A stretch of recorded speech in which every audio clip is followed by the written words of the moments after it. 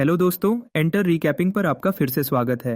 मुझे उम्मीद है आप सब तैयार हैं और आपको यह पसंद आएगा क्योंकि यह वीडियो वही है जिसके लिए आप सबने वोट किया था। एक छोटी सी बात, मैं अगला पोल कम्युनिटी पोस्ट में डालूंगा तो सब्सक्राइब जरूर करना और वोट देना ताकि आप चुन सको कि अगली कहानी कौन सी होगी। खैर, आज की कहानी एक ऐसे लड़के के बारे में है जिसके पास एक अजीब सिस्टम था जो अचानक से एक गॉडेस कैशबैक सिस्टम में बदल जाता है। असल में उसे लाखों डॉलर मिलते हैं जब भी कोई सुंदर लड़की उसे पैसे या कोई गिफ्ट देती है। सबसे अच्छी बात क्या है, ये कहानी सच में बहुत मजेदार है। मेरा मतलब है बहुत ज्यादा मजाकिया। अगर आपको ऐसी अजीब और मजेदार सिस्टम वाली कहानियां पसंद हैं तो ये बिल्कुल आपके लिए ही है। ठीक है, मुझे पता है आप लोग मेरी ज्यादा बातें नहीं सुनना चाहते, तो चलिए सीधा कहानी शुरू करते हैं। चलिए चलते हैं। मैं यूनिवर्सिटी के ऑडिटोरियम के बाहर एक काले सूट में खड़ा था जिसे मैंने सिर्फ एक रात के लिए रेंट पर लिया था, और मेरे हाथ में शैंपेन के ग्लासेस से भरी एक ट्रे थी जिसे चखने की मुझे बिल्कुल भी इजाजत नहीं थी। और हाँ, इससे पहले कि कोई पूछे, मेरे पास एक सिस्टम था, एक असली सिस्टम, एक चीट जैसी चीज जो मेरे सामने हवा में तैर रही थी। लेकिन इस बेकार चीज ने मुझे सिर्फ सुंदर बनाया था। क्या इसे लगता था कि मैं सिर्फ अपने चेहरे के दम पर खाना खरीद सकता हूँ? और इस सब के बाद भी मैं यहाँ नए स्टूडेंट्स के वेलकम पार्टी में एक टेम्पररी वेटर का काम कर रहा था। जिंदगी सच में एक मजाक बन गई थी, कोई आम मजाक नहीं। ऐसा लगता था जैसे किसी शराबी दुश्मन ने मेरे मजे लेने के लिए यह कहानी लिखी हो। तभी इवेंट मैनेजर ने अचानक मेरे कान के पास आकर धीरे से कहा कि टेबल 6 पर और ड्रिंक्स चाहिए। मैंने उसे एक ड्रिंक दी। मैंने एक प्यारी सी स्माइल दी, बिल्कुल उस आदमी की तरह जिसने आज की कमाई के लिए अपनी इज्जत बेच दी हो, और कहा, अभी लाया। मेरा नाम जूलियन फॉस्टर था। मैं वेस्ट लूट यूनिवर्सिटी में सेकेंड ईयर का स्टूडेंट था और बिजनेस की पढ़ाई कर रहा था। मेरी पैसे की हालत इतनी खराब थी कि बैकग्राउंड में कोई रोने वाला गाना बजना चाहिए था। इसलिए जब स्टूडेंट यूनियन ने बताया कि उन्हें वेलकम पार्टी के लिए पार्ट टाइम काम करने वाले लोग चाहिए तो मैंने काफी जल्दी हाँ कर दी। मैं एक बिल्ली से भी तेज भागा। इस काम के मुझे $120 मिलने वाले थे। अमीर लोगों के लिए ये शायद हवा खरीदने जितने पैसे होंगे, लेकिन मेरे लिए ये जिंदा रहने के पैसे थे। ऑडिटोरियम के अंदर का नज़ारा किसी महल जैसा लग रहा था जो दिखावा कर रहा हो। महंगे कपड़ों और सूट्स पर चमकीली लाइट्स पड़ रही थीं। अमीर नए स्टूडेंट्स सुनहरी रोशनी में खड़े होकर अपनी घूमने फिरने की बातें, अपने बड़े बिजनेस और महंगे हॉस्टल के बारे में हंस हंस कर बातें कर रहे थे। और दूसरी तरफ मैं हिसाब लगा रहा था कि क्या कल मैं एक अंडे के साथ इंस्टेंट नूडल्स खरीद पाऊंगा या नहीं। मेरा सिस्टम स्क्रीन मेरी आंखों के सामने एक आलसी भूत की तरह तैर रही थी जिसे कोई और काम नहीं था।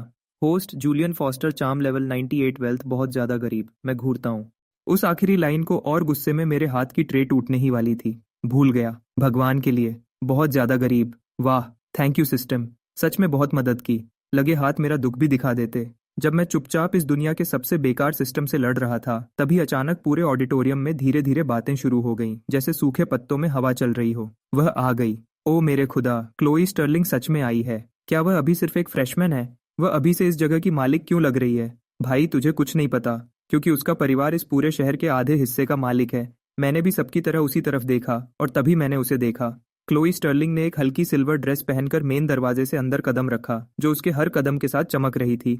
उसके लंबे सफेद बाल एक कंधे पर बिखरे हुए थे और उसके चेहरे पर एक ऐसी ठंडी और प्यारी खूबसूरती थी जिसे देखकर लोग अपने आप ही धीरे बोलने लगे। कुछ लड़कियां क्यूट होती हैं, कुछ ग्लैमरस होती हैं, लेकिन यह लड़की क्लोई स्टर्लिंग इतनी सुंदर थी कि उसके पहुंचने से पहले ही सिक्योरिटी गार्ड्स दरवाजा खोल देते थे। एक अमीर खूबसूरत लड़की, वह स्टर्लिंग ग्रुप की सबसे बड़ी बेटी थी जो इस इलाके के सबसे अमीर परिवारों में से एक था। भले ही उसने अभी वेस्ट लूट यूनिवर्सिटी में एडमिशन लिया था, लेकिन उसका नाम पहले ही पूरे कैंपस में छा गया था। लोग उसे स्कूल की देवी, बर्फ की रानी, सबसे अमीर नए स्टूडेंट कहते थे। और वह लड़की जिसने एक बार स्पोर्ट्स कार के साथ प्रपोज करने वाले को यह कहकर मना कर दिया था कि क्या यह तुम्हारे परिवार की सबसे सस्ती कार है। सच कहूं तो मैं इसकी इज्जत करता था। अगर किसी को घमंड दिखाना है तो कम से कम उसके पास उतना पैसा होना चाहिए। क्लोई एक बहुत अच्छी लड़की थी। वह एक बहुत अच्छी लड़की थी। वह एक बहुत अच्छी लड़की थी। वह एक बहुत अच्छी लड़की थी। वह चेम्बर एक बहुत अच्छी लड़की थी। वह चेतिर एक बहुत अच्छी लड़की थी। वह एक बहुत अच्छी लड़की थी। वह एक बहुत अच्छी लड़की थी। वह बिना इधर उधर देखे भीड़ के पास से निकल गई। उसका चेहरा बिल्कुल शांत और थका हुआ लग रहा था, जैसे ये पूरी पार्टी उसके रास्ते में रखी एक बेकार चीज हो। उसके पीछे पिंक ड्रेस में एक और लड़की लगातार बोलते हुए चल रही थी। तुम्हें थोड़ा और मुस्कुराना चाहिए, उस लड़की ने कहा। तुम्हारे पापा ने ये ऑडिटोरियम दान में दिया है, याद है ना? लोग देख रहे हैं। मैं मुस्कुरा रही हूँ, क्लोई ने एक सपाट आवाज में कहा। पिंक ड्रेस वाली लड़की ने उसे हैरानी से देखा। तुम्हारा चेहरा तो हिला भी नहीं। ये मेरी जज्बाती मुस्कान है। नहीं, ये तो किसी मौत पर बनाए जाने वाले चेहरे जैसा है। दूसरी लड़की लगभग उस पर चिल्लाई। यह सुनकर मुझे लगभग हंसी आ गई, लेकिन इवेंट मैनेजर ने तुरंत मुझे गुस्से से देखा। सही बात है, मैं भूल गया था, गरीब लोगों को ड्रिंक्स पकड़ते हुए मजाक का आनंद लेने की इजाजत नहीं थी, इसलिए मैंने अपना सिर झुकाया और वापस काम पर लग गया। अगले 1 घंटे तक मैं एक प्रोफेशनल बैकग्राउंड कैरेक्टर की तरह टेबल्स के बीच घूमता रहा। मैंने ड्रिंक्स डाली, खाली प्लेट्स उठाई और अमीर स्टूडेंट्स की ऐसी अजीब बातें न सुनने का नाटक किया जैसे मेरे पापा ने मुझे सिर्फ एक सिंपल मेबक दिलाई क्योंकि वह कहते हैं कि कॉलेज डिसिप्लिन सीखने के लिए है। डिसिप्लिन? हाँ, वह डिसिप्लिन वाली बात मेरे लिए सबसे बड़ा मजाक होती। मैंने अपने किराए के जूतों की तरफ देखा जो आधा साइज छोटे थे और इस वक्त मेरे पैरों की उंगलियों को दर्द दे रहे थे। अगर यह डिसिप्लिन था तो मेरे पैर अब तक संत बन चुके थे। फिर अचानक किसी ने मेरे कंधे पर हाथ रखा। मैंने मुड़कर देखा तो मेरा रूममेट टाइलर मुझे देखकर हंस रहा था। उसने वेटर की यूनिफॉर्म पहनी थी जो साफ तौर पर उससे 2 साइज बड़ी थी। वह मेरे पास आया और धीरे से पूछा कि क्या मैंने क्लोई स्टर्लिंग को देखा है। मैंने उससे कहा कि मेरे पास आंखें हैं। बेशक, मैंने उसे देखा। उसने कहा कि क्लोई के पास आंखें हैं। मैंने कहा कि क्लोई के पास, कि उसने पहले हमारी तरफ देखा था। वह लगभग एक ही बात थी क्योंकि मैं डिजर्ट टेबल के पास खड़ा था। भाई, मैंने उसे घूर कर देखा और कहा, टाइलर, अगर कोई देवी चांद को देखती है और तुम कचरे के डिब्बे के पास खड़े हो तो इसका मतलब ये नहीं कि उसने कचरे के डिब्बे को देखा है। मैंने सच में 1 सेकंड के लिए सोचा और फिर कहा, डिपेंड करता है। क्या कचरे का डिब्बा हैंडसम है? मैंने अपना मुंह खोला और फिर बंद कर लिया। परेशानी की बात तो यह थी कि यह उसकी कही सबसे बेवकूफ़ बात भी नहीं थी। इससे पहले कि मैं उसे जवाब देता, मेरे दिमाग में अचानक एक आवाज़ गूंजी, डिंग। मैं वहीं रुक गया। पिछली बार जब मेरे सिस्टम ने यह आवाज़ की थी तो उसने मुझे इनाम में बेहतर आईब्राउज दी थीं। मैंने पूरे 3 दिन ये सोचने में बिता दिए कि क्या ये मेरे साथ मजाक था। नया फंक्शन अनलॉक हो रहा है। अरे यार, मेरी आंखें फटी की फटी रह गईं। रुको, नया फंक्शन? पूरे 1 साल तक मुझे किसी ब्यूटी इन्फ्लुएंसर की तरह सिर्फ स्किन केयर की सलाह देने के बाद क्या मेरा सिस्टम आखिरकार कुछ काम का करने वाला था? शर्त पूरी हुई। होस्ट का चार्म लेवल 98 तक पहुंच गया है। फंक्शन चालू हो गया है। Goddess cashback. मेरा दिल मेरी छाती में जोर से धड़कने लगा। मेरे हाथ से ट्रे गिरते गिरते बची। अपनी मर्जी से मुझ पर पैसे खर्च करेगी तो अगर कोई सुंदर लड़की मेरे लिए खाना खरीदती है तो मुझे कैशबैक मिलेगा। मैं एक पागल की तरह सोचने लगा, क्या मैं जल्द ही अमीर होने वाला हूँ? डिंग। बिगिनर प्रोटेक्शन पीरियड चालू हो गया है। पहला सही ट्रांजैक्शन होने पर पक्का बड़ा फायदा मिलेगा। कृपया पहला ट्रांजैक्शन 24 घंटों के अंदर करें। मेरी आंखें मेरे ऊपर लगे झूमर से भी ज्यादा चमकने लगीं। आखिरकार पूरे 1 साल तक बेकार रहने के बाद मेरे सिस्टम को याद आया कि उसे एक चीट बनना था, मेरा पर्सनल डॉक्टर नहीं। टाइलर ने मेरा चेहरा देखा और मेरे पास आया। उसने पूछा कि मैं ऐसे क्यों मुस्कुरा रहा हूँ जैसे मुझे अरबों रुपए मिल गए हों। मैंने अपनी खुशी को छुपाया और अपने चेहरे को नॉर्मल बनाने की कोशिश की। कुछ नहीं है, मैंने उससे कहा। भाई, ये कोई आम मुस्कुराहट नहीं है, टाइलर ने अपनी आंखें छोटी करते हुए कहा। ये एक विलन वाली मुस्कुराहट है। तुम्हारे चेहरे पर उम्मीद अच्छी नहीं लगती। इससे पहले कि मैं उसके चेहरे पर थप्पड़ मारता, इवेंट मैनेजर ने जोर से ताली बजाई और सबको जल्दी करने को कहा क्योंकि बैंकेट 20 मिनट्स में खत्म होने वाला था। फिर उसने कहा कि मेहमानों के जाने के बाद हमें पार्किंग साफ करने में मदद करनी होगी और ध्यान रखना होगा कि रास्ता बंद न हो क्योंकि वीआईपी मेहमान जल्द ही जाने वाले हैं। जगह, वीआईपी मेहमान, अमीर लड़कियां। मेरे दिमाग ने इन बातों को इतनी जल्दी जोड़ा कि मुझे अपने दिमाग में झटका लगा। आज रात मेरा मौका था। सिस्टम के नए फंक्शन के लिए एक बेहद सुंदर लड़की की जरूरत थी जो अपनी मर्जी से मुझ पर पैसे खर्च करे। लेकिन परेशानी यह थी कि मैं यह सब आम तरीके से कैसे करवाऊं। मैं यहाँ एक बेहद सुंदर लड़की को जानता था। वह जरूर क्लोई स्टर्लिंग होगी। क्या मुझे उसके पास जाना चाहिए और उससे मेरे लिए एक सैंडविच खरीदने को कहना चाहिए, या फिर मुझे कुछ गिराने का नाटक करना चाहिए और उम्मीद करनी चाहिए कि उसे बुरा लगे? नहीं, नहीं, यह तो एक धोखा लग रहा था और सिस्टम ने साफ साफ कहा था कि पैसे अपनी मर्जी से खर्च करने होंगे। और मेरी किस्मत ऐसी है कि अगर मैंने चालाकी करने की कोशिश की तो सिस्टम इस ट्रांजैक्शन को कैंसिल कर देगा और मुझे कोई बेकार सा इनाम दे देगा। आखिरकार पार्टी खत्म हो गई और मेहमान थोड़े थोड़े करके हॉल से बाहर आने लगे। हवा में महंगे परफ्यूम की खुशबू थी और गाड़ी चलाने वाले लोग जल्दी जल्दी गाड़ियों के दरवाजे खोल रहे थे। एक एक करके गाड़ियां स्टार्ट होने लगीं और हर गाड़ी की आवाज ऐसी थी जैसे वह मेरी पूरी जिंदगी की कमाई से भी महंगी हो। खाली प्लेटों को एक के ऊपर एक रखने के बाद मैं टाइलर और बाकी काम करने वालों के साथ जल्दी से बाहर गया।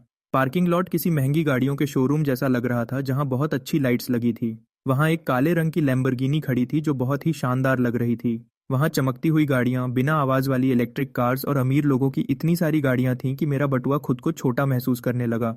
और साइड के दरवाजे के पास एक टेढ़े मेढ़े लोहे के स्टैंड से बंधा हुआ मेरा इलेक्ट्रिक स्कूटर खड़ा था। मेरा बेचारा पुराना सेकंड हैंड इलेक्ट्रिक स्कूटर। वह मेरे बच्चे जैसा था और मैं उससे बहुत प्यार करता था। उसका उल्टा शीशा टूटा था, सीट पर 2 बार टेप लगाया गया था और ब्रेक लगाने पर ऐसी आवाज आती थी जैसे कोई बुरा आदमी खांस रहा हो। लेकिन वह मेरा था। मैंने इसे एक सीनियर से $80 में खरीदा था और उनसे वादा किया था कि मैं कभी नहीं पूछूंगा कि इसका आगे का हिस्सा क्यों गायब है। मैं चलते हुए गे उसके पास गया, उसके हैंडल को थपथपाया और कहा, हिम्मत मत हारना मेरे दोस्त। एक दिन जब तुम्हारा पापा अमीर हो जाएगा तो मैं तुम्हारे लिए नए और महंगे टायर्स खरीदूंगा। लेकिन टाइलर ने मेरे स्कूटर को देखा और मजाक उड़ाते हुए कहा, भाई, इस चीज को टायर्स की नहीं बल्कि किसी बाबा की जरूरत है जो इसकी आत्मा को शांति दे सके। मैं चिल्लाया और उससे कहा कि मेरे बोल्ट की बेइज्जती न करे। उस लड़के ने अपनी आंखें झपकाईं और पूछा कि क्या मैंने सच में इसका नाम बोल्ट रखा है। हाँ, मैंने उसे बताया कि यह बिजली जैसी आवाज निकालता है। वह आवाजें शायद इसकी खराब होती बैटरी से आ रही थीं। टाइलर ने कहा, चुप रहो, मेरा बच्चा इतना ताकतवर है कि यह वैलेंटिनो रोसी के साथ भी रेस जीत सकता है। जैसे ही मैंने चेन खोली, वीआईपी रास्ते से एक रोज गोल्ड रंग की पोर्शे धीरे से बाहर आई और आसपास के सभी लोग उसे देखने लगे। वह गाड़ी अपने आप में ही एक अजीब काली गाड़ी थी। गाड़ी खुद में ही इतनी सुंदर थी कि सबका ध्यान खींच रही थी, लेकिन उसके ड्राइवर को देखकर तो लोग अपनी आंखें हटा ही नहीं पा रहे थे। क्लोई स्टर्लिंग गाड़ी चला रही थी। पार्टी में जो उसका घमंडी और शानदार रूप था वह अब लगभग गायब हो चुका था। इस वक्त वह कोई बड़ी राजकुमारी नहीं बल्कि एक ऐसी होशियार स्टूडेंट लग रही थी जो पूरे शहर के सामने अपना पहला ड्राइविंग टेस्ट दे रही हो। वह लड़की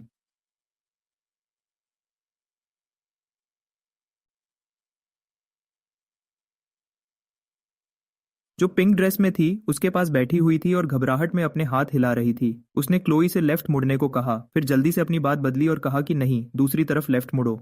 क्लोई का चेहरा परेशान था जैसे उसने कहा, लेकिन उस लड़की ने तुरंत बताया कि क्लोई राइट तरफ मुड़ रही है। क्लोई ने कहा, उसने कहा कि वह एडजस्ट कर रही है, लेकिन दूसरी लड़की ने उसे समझाया कि उसका निशाना एक कचरे के डिब्बे पर है। मेरा हेलमेट मेरे सिर पर आधा ही था। पता नहीं क्यों मुझे अचानक लगा कि कुछ बहुत बुरा होने वाला है। टाइलर ने भी यह देख लिया और वह धीरे से मेरे पीछे छुप गया जैसे मैं कोई ढाल हूं। उसने कहा, जूलियन। मैंने पूछा, क्या? अब तुम्हें क्या चाहिए? क्लोई तुम्हारे बोल्ट पर हमला करने वाली है। इससे पहले कि मैं कुछ समझ पाता, पोर्शे झटके से आगे बढ़ी और हमारी तरफ आने लगी। मेरी तो जान ही निकल गई। बिली, ब्रेक लगाओ! पास वाली सीट पर बैठी लड़की जोर से चिल्लाई। क्लोई ने किसी चीज पर पैर तो दबाया, लेकिन इंजन की जोरदार आवाज से साफ पता चल रहा था कि वह ब्रेक बिल्कुल नहीं था। आखिरकार वह पोर्शे तेजी से मेरी तरफ आई और मेरा इलेक्ट्रिक स्कूटर उड़कर दूर जा गिरा। उसके गिरने की आवाज बहुत ही दर्दनाक थी। एकदम से पूरे पार्किंग लॉट में सन्नाटा छा गया। बिल्कुल खामोशी। ऐसा लगा जैसे वहां खड़ी लैम्बोर्गिनी भी अपनी सांस रोककर देख रही हो। मैं हाथ में हेलमेट लिए वहां खड़ा रहा और जमीन पर गिरे अपने बोल्ट को देखता रहा।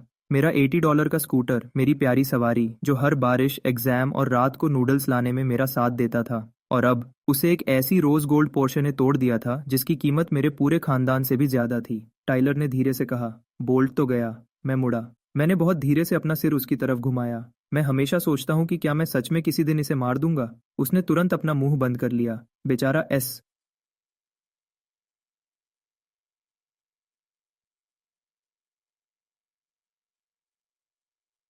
कुछ फीट दूर रुक गई। पूरे 2 सेकंड तक कोई नहीं हिला। फिर ड्राइवर का दरवाजा खुला और क्लोई स्टर्लिंग बाहर आई। पार्किंग लॉट की लाइट्स में वह ऑडिटोरियम से भी ज्यादा सुंदर लग रही थी। सिल्वर कपड़े, लंबे काले बाल, शांत चेहरा और बिल्कुल सीधी खड़ी थी। बस एक ही फर्क था कि उसके चेहरे का सुकून थोड़ा बिगड़ गया था। उसने गिरे हुए स्कूटर को देखा, फिर मुझे देखा। उस रात पहली बार उसकी आंखें सच में मेरे चेहरे पर रुकी। एक छोटा सा हैरानी का एक झटका उसके चेहरे पर दिखा। शायद उसने नहीं सोचा था कि जिसकी स्कूटर को उसने टक्कर मारी है वह किसी मैगजीन के मॉडल जैसा दिखेगा जो किसी कहानी के लिए गरीब हो गया हो। वह लड़की अभी भी हॉस्पिटल में है। पिंक कपड़ों वाली लड़की भी बाहर कूदी। उसने अपने दोनों हाथ अपने मुंह पर रख लिए और चिल्लाकर रोने लगी कि क्लोई ने मेरे स्कूटर को मार डाला। क्लोई ने उसकी बात का कोई जवाब नहीं दिया। उसने धीरे से कहा, यह मरा नहीं है। ठीक उसी वक्त बोल्ट की आगे वाली लाइट 2 बार झपकी, फिर वह हमेशा के लिए बंद हो गई। क्लोई। हम सब तुरंत चुप हो गए। पिंक कपड़ों वाली लड़की ने धीरे से कहा, यह तो बिल्कुल फिल्म की तरह मरा। मैंने पिंक कपड़ों वाली लड़की को देखा और सोचा, ओह, यह एक अच्छा मौका है। मुझे यकीन है कि यह अच्छा है, लेकिन मुझे समझ नहीं आ रहा कि मुझे क्या करना चाहिए। मुझे समझ नहीं आ रहा कि मुझे क्या करना चाहिए। मुझे समझ नहीं आ रहा कि मुझे क्या करना चाहिए।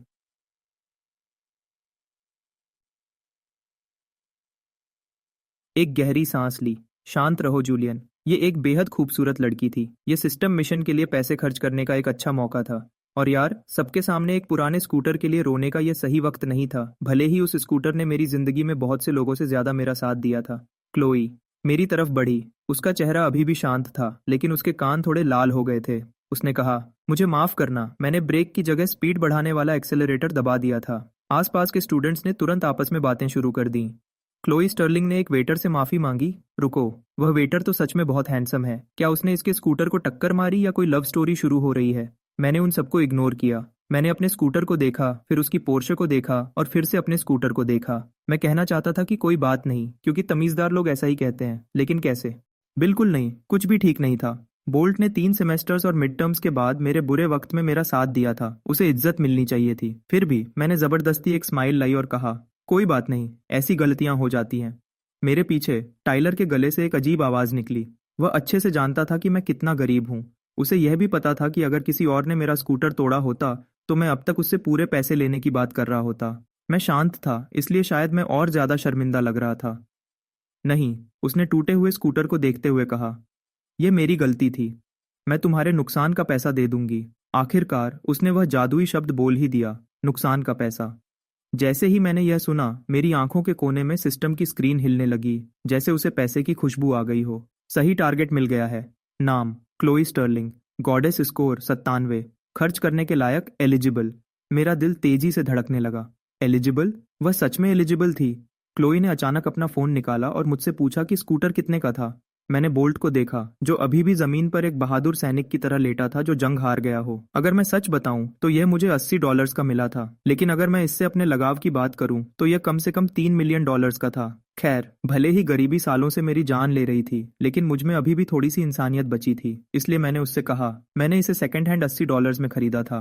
क्लोई खुश थी। उसने अपनी आंखें झपकाईं। पिंक ड्रेस वाली लड़की ने भी अपनी आंखें झपकाईं और वहां खड़े अमीर स्टूडेंट्स ने भी अपनी आंखें झपकाईं। भीड़ आपस में धीरे से बड़बड़ाने लगी। क्लोई ने अपने होंठ ऐसे दबाए जैसे उस नंबर ने उसके खानदान के टैक्स लेवल पर हमला कर दिया हो। फिर उसने पूछा, सिर्फ 80? मैंने हाँ में सिर हिलाया और कहा, हाँ।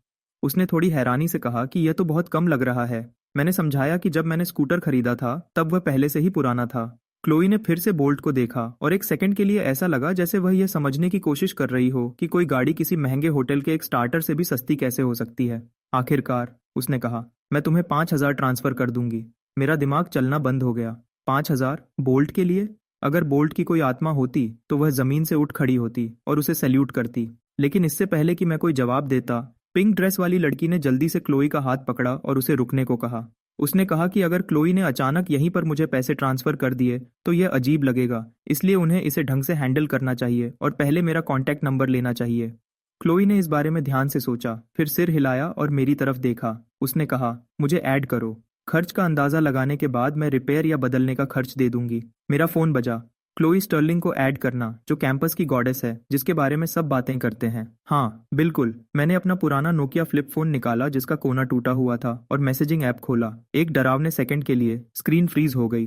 मैं घबरा गया। हे भगवान, प्लीज अभी नहीं, इस गॉडेस के सामने तो बिल्कुल नहीं। शुक्र है भगवान ने मेरी फरियाद सुन ली और मेरा फोन आखिरकार चलने लगा, शायद इसलिए क्योंकि उसे भी सबके सामने बेइज्जती होने का डर था। क्लोई ने मेरा कोड स्कैन किया और जैसे ही उसकी प्रोफाइल मेरी स्क्रीन पर आई, टाइलर ने पीछे से मेरे कंधे पर उंगलियां दबा दी। उसका चेहरा साफ कह रहा था, भाई जब तुम अमीर बन जाओगे तो उसे याद रखना जो तुम्हारे टूटे हुए स्कूटर पर तुम्हारे साथ हंसा था। क्लोई ने मेरा कॉन्टैक्ट जूलियन फॉस्टर के नाम से सेव किया, फिर पूछा कि क्या मुझे चोट लगी है। मैंने उससे कहा कि मैं ठीक हूँ, लेकिन उसकी नज़र मेरे हाथों पर गई और उसने इशारा किया कि मेरी उंगलियों पर खरोंच आई है। मैंने नीचे देखा, वह सही कह रही थी। जब बोल्ट गिरा तो शायद उसका एक शीशा मेरे हाथ पर लग गया था, क्योंकि मेरी उंगली पर एक छोटी सी लाल खरोंच थी। सच कहूं तो सस्ते डब्बा बंद खाने को खोलते वक्त मुझे इससे भी बुरी चोटें लगी हैं, लेकिन क्लोई का चेहरा तुरंत गंभीर हो गया। उसने कहा कि मुझे इस पर दवा लगानी चाहिए और पिंक ड्रेस वाली लड़की की तरफ मुड़कर पूछा, सोफी, क्या पास में कोई फार्मेसी है? मेरी तरफ वापस देखा और कहा, यहीं रुको। इससे पहले कि मैं कोई जवाब देता, वह जल्दी से चली गई। मैंने उसकी सिल्वर ड्रेस को कोने की दुकान की तरफ जाते हुए देखा और एक पल के लिए मैं बस अपने टूटे हुए स्कूटर, टूटे हुए फोन और अपने उलझे हुए दिल के साथ वहां खड़ा रहा। टाइलर। उसने धीरे से अपना सिर मेरी तरफ घुमाया। उसने पूछा, वह क्या था? क्या तुम्हें समझ आया कि अभी क्या हुआ? मैंने कहा, मेरा स्कूटर खराब हो गया। उसने मुझे घूरा और कहा, क्लोई स्टर्लिंग ने तुम्हें ऐड किया और वह खुद तुम्हारे हाथ के लिए दवाई लेने गई। मैंने हाँ में सिर हिलाया। मैंने सिर हिलाया और कहा, मेरा स्कूटर खराब हो गया। टाइलर एक सेकंड के लिए रुका, फिर उसने भी सिर हिलाया। ठीक है।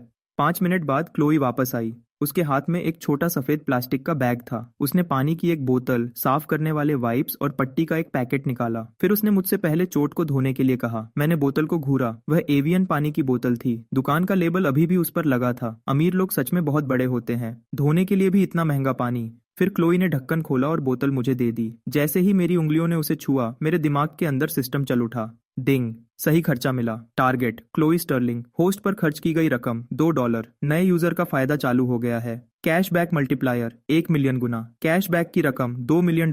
पैसे सही तरीके से होस्ट के प्राइवेट अकाउंट में भेज दिए गए हैं। मैं मैं पूरी तरह सुन्न हो गया। मेरे हाथ बोतल के पास हवा में ही रुक गए और पूरे 3 सेकंड तक मेरे दिमाग में कोई सोच नहीं आई।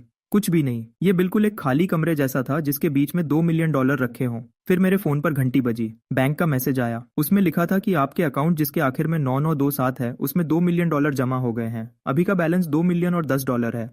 उस पल मुझे सच में लगा कि क्या मैं बोल्ट के साथ मर गया हूं और ये मरने के बाद का कोई अजीब इनाम है। $2 मिलियन। एक $2 की पानी की बोतल $2 मिलियन में बदल गई थी मेरी जिंदगी। मेरे घुटने बिल्कुल जवाब देने वाले थे। बाहर से मैंने अपना चेहरा शांत रखा, लेकिन अंदर से मेरी आत्मा चश्मा पहनकर पार्किंग लॉट में खुशी से कूद रही थी। क्लोई ने देखा कि मैं रुक गया हूं और उसने थोड़ी त्योरी चढ़ाई। क्या दर्द हो रहा है? उसने पूछा। मैंने उसे देखा। दर्द? मिस स्टर्लिंग, आपने तो पानी की एक बोतल से मेरे पूरे खानदान को नया जीवन दे दिया है। मैंने धीरे से एक घूंट लिया। पानी का स्वाद बिल्कुल अमीरी जैसा था। मैंने आराम से कहा, नहीं, अब बहुत बेहतर लग रहा है। क्लोई के चेहरे के भाव थोड़े नर्म हुए। सोफी अचानक थोड़ा पास आई और जोर से फुसफुसाई, उसे बताने के लिए क्योंकि इस बोतल की कीमत $2 मिलियन है, मिस पिंक ड्रेस। ये पानी मेरी कॉलेज की फीस भर सकता है, मेरे माँ बाप का कर्ज उतार सकता है, मेरा किराया दे सकता है, और फिर भी इतने पैसे बच जाएंगे कि बोल्ट के लिए सोने का ताबूत खरीदा जा सके। क्लोई ने फिर साफ करने वाला वाइप निकाला और कहा, अपना हाथ मुझे दो। मैं बिना सोचे पीछे हट गया। मैं ये खुद कर सकता हूँ, मैंने कहा। क्लोई रुक गई। पास खड़े स्टूडेंट्स तुरंत फिर से हैरान हो गए। उसने उसकी मदद लेने से मना कर दिया। उसने क्लोई स्टर्लिंग को मना कर दिया। एक और लड़का भी हैरान था। यह लड़का या तो बहुत बहादुर है या फिर पागल है। सोफी ने अपना मुंह बंद कर लिया, लेकिन उसकी आंखें बातें जानने के लिए चमक रही थीं। उसने कहा, अपनी आंखें छोटी करके मुझे देख रही थी। पता नहीं क्यों, जैसे ही मैंने मना किया उसके अंदर का मुकाबला करने का जज्बा जाग गया। चोट मेरी वजह से लगी है, इसलिए मुझे ही इसे ठीक करना चाहिए। उसकी आवाज शांत थी, लेकिन ऐसी शांत जिसमें बहस की कोई गुंजाइश नहीं थी। मैं हिचकिचाया।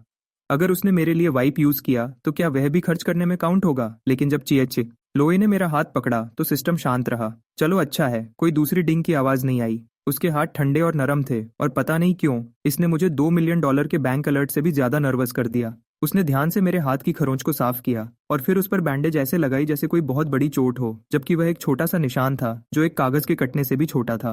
पूरा पार्किंग लॉट हमें ऐसे देख रहा था जैसे कोई बड़ा देश का फंक्शन चल रहा हो। टाइलर मेरे पीछे खड़ा था। उसका मुंह खुला का खुला रह गया था। मुझे उसकी तरफ देखने की भी जरूरत नहीं थी यह जानने के लिए कि वह क्या सोच रहा है। मुझे किसी तरह उसकी अजीब सी आवाज भी सुनाई दे रही थी। क्लोई ने काम खत्म किया, मेरा हाथ छोड़ा और कहा, और क्या? जब मैंने उसे थैंक यू कहा तो उसने अपना सिर हिलाया और कहा कि माफी तो उसे मांगनी चाहिए। फिर उसने क्लोई ने फिर से गिरे हुए स्कूटर की तरफ देखा और कहा कि वह किसी को भेजकर इसे उठवा लेगी और कल मुझे एक नया स्कूटर भेज देगी। मैंने जल्दी से कहा कि इसकी कोई जरूरत नहीं है। उसने तुरंत अजीब तरीके से देखा और पूछा, क्यों? क्योंकि अगर तुमने मुझ पर और पैसे खर्च किए तो मेरा बैंक अकाउंट सीधा ऊपर चला जाएगा और मैं इसके लिए बिल्कुल तैयार नहीं हूँ। बेशक मैं यह बात जोर से नहीं कह सकता था, इसलिए मैंने अपना चेहरा शांत रखा और कहा, यह तो बस एक स्कूटर है, मैं देख लूंगा। उसी पर जैसे ही यह बात मेरे मुंह से निकली, क्लोई ने मुझे अलग तरह से देखा। यह कोई बड़ा बदलाव नहीं था, बस उसकी आंखों में एक पल के लिए पहले हैरानी और फिर दिलचस्पी दिखी। वह शायद ऐसे बहुत से लोगों से मिली होगी जो स्टर्लिंग फैमिली से पैसे लेने के लिए नुकसान को 10 गुना बढ़ाकर बताते, लेकिन यहाँ मैं था जो अपनी अकेली सवारी टूटने के बाद भी पैसे लेने से मना कर रहा था। और उसकी आंखों में शायद मैं शरीफ लग रहा था, शायद मैं शांत लग रहा था, या शायद मैं थोड़ा रहस्यमयी लग रहा था। लेकिन यार, सच तो ये है कि मैं डर रहा था कि अगर मेरे पुराने बैंक ऐप में एक और बड़ा डिपॉजिट आया तो वह कहीं बंद न हो जाए। क्लोई ने क्लोई के पास आकर धीरे से कहा, लेकिन इतना तेज कि मैं सुन सकूं, क्लोई, यह अलग है। मैंने हल्का सा खांसा। अलग? हाँ, मैं अलग था।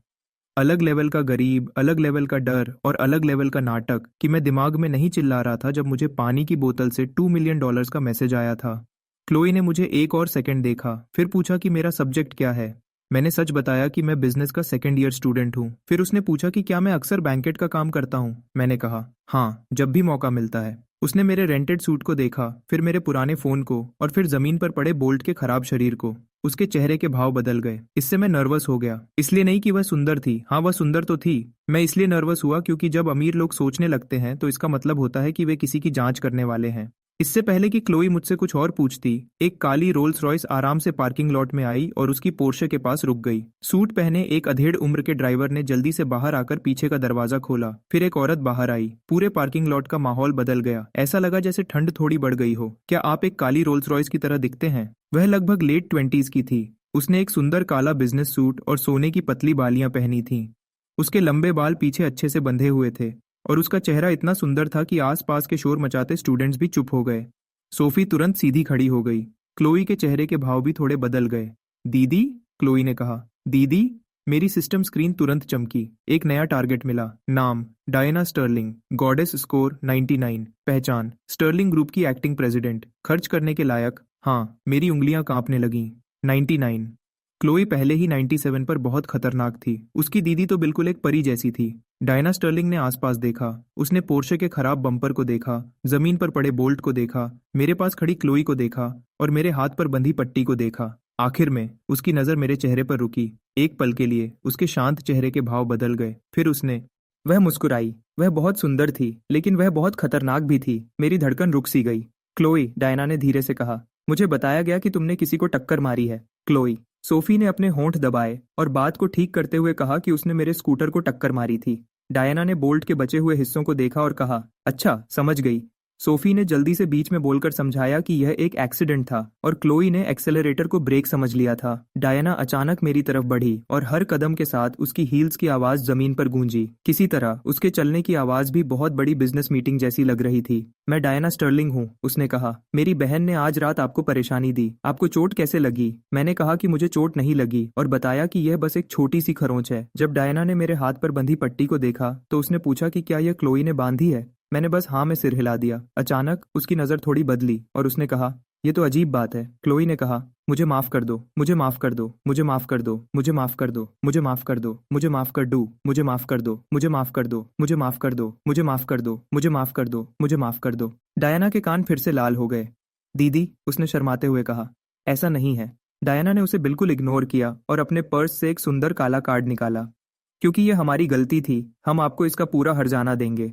5000 स्कूटर के लिए और 10,000 परेशानी के लिए। अगर आपको डॉक्टर के पास जाना पड़े तो बिल सीधे मेरे असिस्टेंट को भेज देना। फिर उसने कार्ड मेरी तरफ बढ़ाया। मेरी धड़कन रुक गई। 99 स्कोर वाली गॉडेस से $15,000। अगर मल्टीप्लायर पहले जैसा ही हुआ तो यह बहुत बड़ी रकम बन सकती है। नहीं, नहीं, शांत हो जाओ जूलियन। मैंने अपना सिर हिलाया। शायद बिगिनर प्रोटेक्शन पहले ही यूज हो चुकी थी। शायद अगला मल्टीप्लायर छोटा हो, शायद यह सिर्फ डबल हो। लेकिन यार, डबल भी 30,000 होगा, जो पहले ही बहुत बड़ा है। लेकिन क्या होगा अगर ये उससे भी ज्यादा हुआ? क्या होगा अगर ये ट्रांजैक्शन मेरे बैंक अकाउंट में किसी तूफान की तरह आए? वह कार्ड हमारे बीच किसी खजाने की तरह था। सब लोग घूर रहे थे। टाइलर को देखकर लग रहा था कि वह मेरे लिए बेहोश होने वाला है।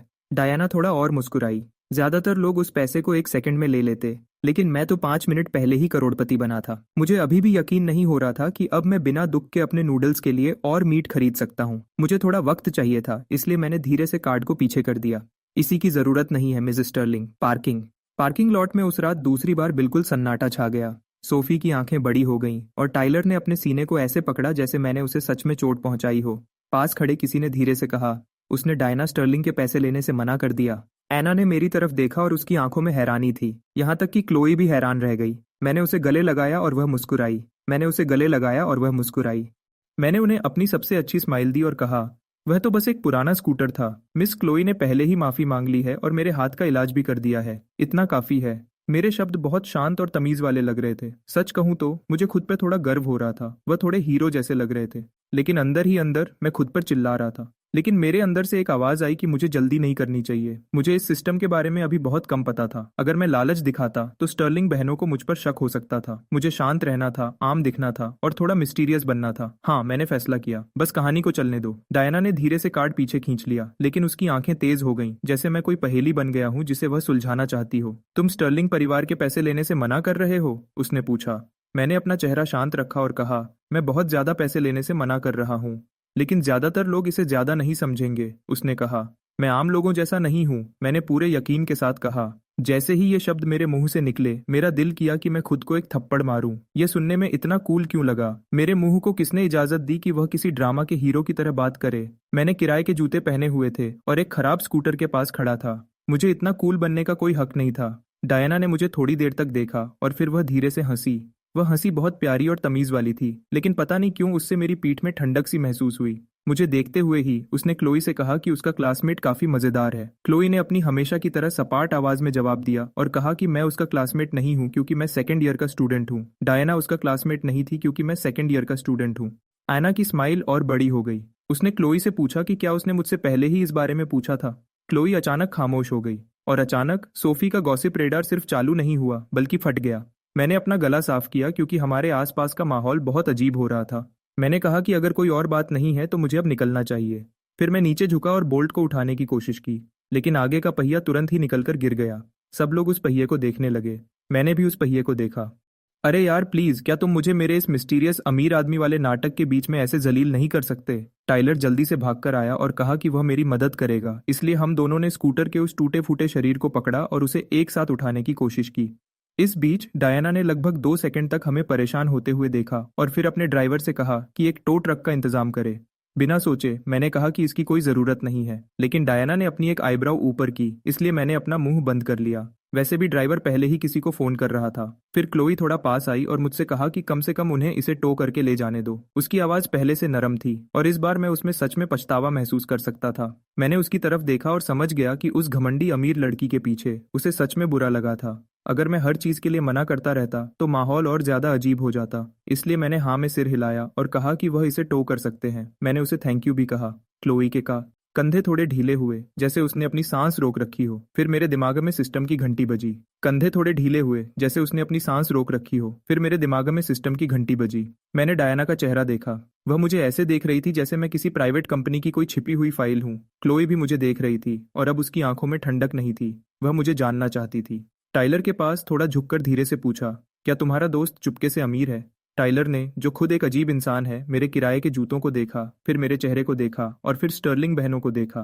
थोड़ी देर चुप रहने के बाद उसने धीरे से कहा, सच कहूं तो अब मुझे भी ऐसा ही लग रहा है, साले गद्दार दोस्त। लगभग 10 मिनट बाद टो ट्रक आ गई। जब ड्राइवर बोल्ट के बचे हुए हिस्से को लोड कर रहा था तब डायना ने मुझे एक बिजनेस कार्ड दिया। इस बार ये पैसे नहीं थे, ये सिर्फ एक कार्ड था, लेकिन वह कार्ड भी बहुत महंगा लग रहा था। वह काला, सिंपल और इतना भारी था जैसे उसका अपना कोई बैंक अकाउंट हो। Diana Sterling, acting president, Sterling group. उसने कहा, अगर आज रात के बाद कुछ भी हो तो मुझे सीधा फोन करना। मैं कार की तरफ कुछ कदम पीछे हटा और फिर गाड़ी चलाने लगा। मैं सड़क के किनारे गाड़ी चला रहा था और तभी मैंने एक गाड़ी को पास से गुजरते हुए सुना। मैं सड़क के किनारे गाड़ी चला रहा था और तभी मैंने एक गाड़ी को पास से गुजरते हुए सुना। मैंने कार्ड को ध्यान से ले लिया। सिस्टम से कोई आवाज नहीं आई। अच्छा है, बिजनेस कार्ड सेफ थे, शायद। क्लोई अपना फोन हाथ में पकड़े हुए डायना के पास खड़ी थी। उसने बताया कि हम दोनों पहले से ही कनेक्टेड हैं। अचानक डायना ने उसकी तरफ देखा, लेकिन क्लोई ने अपना चेहरा घुमा लिया। किसी तरह सोफी का चेहरा देखकर लग रहा था कि वह अंदर ही अंदर चिल्ला रही है। उसे दोनों बहनों के बीच एक लव ट्रायंगल दिख रहा था। खैर, जाने से पहले क्लोई ने एक बार फिर मेरी तरफ देखा और कहा कि उसे मेरे स्कूटर के लिए दुहक है। मैंने उसे एक छोटी सी स्माइल दी। वह इज्जत के साथ मरा।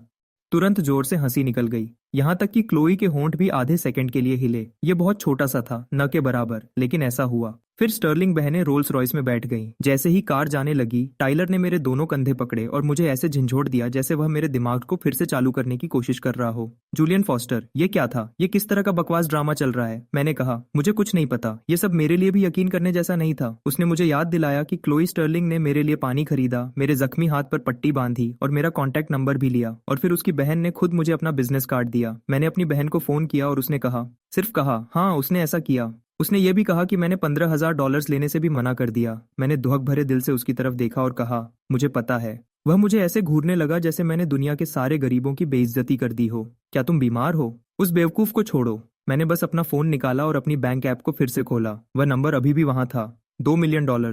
मैं कोई सपना नहीं देख रहा था, मैं अमीर था, सच में अमीर। कोई फ्री कूपन वाला अमीर नहीं, न ही पुरानी जीन्स में $10 मिलने वाला अमीर। मैं $2 मिलियन वाला अमीर था। टाइलर ने मेरा चेहरा देखा और पूछा कि मैं क्या देख रहा हूँ, लेकिन मैंने तुरंत अपना फोन लॉक कर दिया और कहा कि कुछ नहीं है। उसने अपनी आंखें छोटी की। आज रात यह दूसरी बार है जब तुम ऐसे मुस्कुरा रहे हो और कह रहे हो कि कुछ नहीं है। मुझे इससे नफरत है।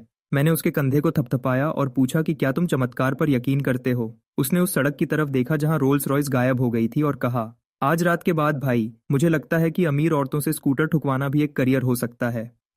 मुझे लगभग हंसी आ गई, लेकिन इससे पहले कि मैं जवाब देता, मेरे फोन पर एक मैसेज आया। यह क्लोई स्टर्लिंग का मैसेज था। मुझे अपना पता भेजो, मैं कल एक नया स्कूटर भिजवा दूंगी। मैं स्क्रीन को देखता रहा, तभी मेरे सिस्टम की स्क्रीन धीरे से चमकी। खर्च करने का मौका मिला है। चीज, नया इलेक्ट्रिक स्कूटर, कीमत $3,000 से $12,000 के बीच। Target, Chloe Sterling, cashback multiplier, pending. मेरा गला अचानक सूख गया। एक नया स्कूटर, वह भी क्लोई के पैसों से। अगर मल्टीप्लायर छोटा भी होता तो भी ये बहुत सारे पैसे होते, लेकिन अगर मल्टीप्लायर बड़ा हुआ तो मैं अमीर से सीधा शक के घेरे में आ सकता हूँ। तभी मेरे फोन पर एक और मैसेज आया। ये किसी अनजान नंबर से था। मिस्टर फॉस्टर, मैं डायना स्टर्लिंग बोल रही हूँ। मैं एक बात बताना भूल गई थी। कल शाम को स्टर्लिंग फैमिली एक प्राइवेट चैरिटी ऑक्शन रख रही है। मेरी बहन को आज रात की बात के लिए अभी भी बुरा लग रहा है। मैं चाहती हूँ कि आप हमारे मेहमान बनकर आएं ताकि वह आपसे ढंग से माफी मांग सके। मेरी उंगलियां रुक गईं। स्टर्लिंग फैमिली का एक प्राइवेट चैरिटी ऑक्शन, इसका मतलब हर तरफ अमीर लोग होंगे, और अगर मेरा सिस्टम सही था तो शायद अमीर लड़कियां भी। दिंग, मिशन शुरू हुआ। स्टर्लिंग चैरिटी ऑक्शन में जाना। मिशन का इशारा, अमीर लड़कियों पर खर्च करने का बड़ा मौका। मिशन का इनाम, पता नहीं, हारने पर नुकसान, कुछ नहीं। मैंने धीरे से अपना सिर उठाया और रात के आसमान की तरफ देखा। 24 घंटे पहले मैं एक गरीब वेटर था जिसका चेहरा अच्छा था और जेब में सिर्फ $30 थे। और अब, क्योंकि मेरे सिस्टम ने अचानक मुझे पैसे देने शुरू कर दिए, मेरे पास $2 मिलियन थे। कैंपस की सबसे सुंदर लड़की का नंबर मेरे फोन में था। उसकी अरबपति बहन मुझे एक प्राइवेट ऑक्शन में बुला रही थी, और एक खराब स्कूटर था जिसने किसी तरह खुद को कुर्बान करके मेरे लिए अमीरी के दरवाजे खोल दिए थे। मैंने अपना सिर हिलाया और डायना को एक शब्द लिखकर भेजा, ओके। जैसे ही मैंने मैसेज भेजा, क्लोई का एक और मैसेज आया, और हाँ, इस बार मना मत करना। मैं उसे देखता रहा। मैं अपने फोन पर मैसेज को घूरता रहा। फिर मेरे चेहरे पर एक धीमी सी मुस्कान आ गई। एक अमीर लड़की मेरे ऊपर पैसे खर्च करना चाहती थी, और इस बार मैं शरीफ बनने का नाटक नहीं करने वाला था। बिल्कुल भी नहीं। अगर क्लोई स्टर्लिंग मेरे ऊपर पैसे फेंकना चाहती थी तो मैं चुपचाप खड़े रहकर अपनी किस्मत को बदलने देने के लिए तैयार था। अगली सुबह मैं अपने अलार्म से पहले ही उठ गया, क्योंकि मेरा दिमाग पूरी रात एक ही सवाल पूछ रहा था, क्या मैं सच में अमीर हो गया हूँ? मैंने 3 बार अपना बैंक ऐप चेक किया। पैसे अभी भी वहां थे, $2 मिलियन। मैंने अपना चेहरा पिलो में दबाया और बिना आवाज किए चीखने लगा, बिल्कुल एक समझदार बड़े इंसान की तरह जो अपने रूममेट को जगाना नहीं चाहता था। इससे पहले कि मैं ठीक से संभल पाता, क्लोई ने मुझे मैसेज किया और मेरे हॉस्टल का एड्रेस मांगा। मुझे लगा वह कोई आम बदले में स्कूटर भेजना चाहती है, लेकिन मैं बिल्कुल गलत था। 30 मिनट बाद हॉस्टल के बाहर एक डिलीवरी ट्रक आया जिसमें एक मैट ब्लैक इलेक्ट्रिक स्कूटर था। वह देखने में ऐसा लग रहा था जैसे कोई अमीर गुंडा उसे किसी खुफिया रास्ते पर चलाएगा। उसकी कीमत $18,000 थी। डिंग, कैशबैक मल्टीप्लायर, 2000 गुना। और इस तरह मेरा खुफिया बैंक बैलेंस सीधा उन $40 मिलियन पर पहुंच गया। मेरा दिमाग ये समझने के लिए बिल्कुल तैयार नहीं था। मेरा पूरा बैंक बैलेंस एकदम अजीब हो चुका था। पूरे हॉस्टल ने इस डिलीवरी को देखा और स्टूडेंट्स आपस में बातें करने लगे। टाइलर ने मुझे ऐसे देखा जैसे मैं किसी ऐसी कहानी का हीरो बन गया हूं जिसे पढ़ने की उसे इजाजत नहीं थी। डेरेक वैंस, एक अमीर फाइनेंस स्टूडेंट जो मुझे पहले से ही पसंद नहीं करता था, उसने सबको ऐसा दिखाने की कोशिश की जैसे मैं क्लोई का इस्तेमाल करके स्टर्लिंग फैमिली के करीब जाना चाहता हूँ। सच कहूं तो मुझे लगा कि लोग इस पर अजीब बातें करेंगे, लेकिन मुझे इससे कोई फर्क नहीं पड़ता था। सच कहूं तो मैं सफाई देना चाहता था, लेकिन छोड़ो, मुझे इस बेकार की बात की कोई परवाह नहीं थी। मैंने बस उससे कह दिया कि वह जो चाहे सोच सकता है। इस वजह से मैं लोगों को और भी ज्यादा रहस्यमयी लगने लगा। तभी एक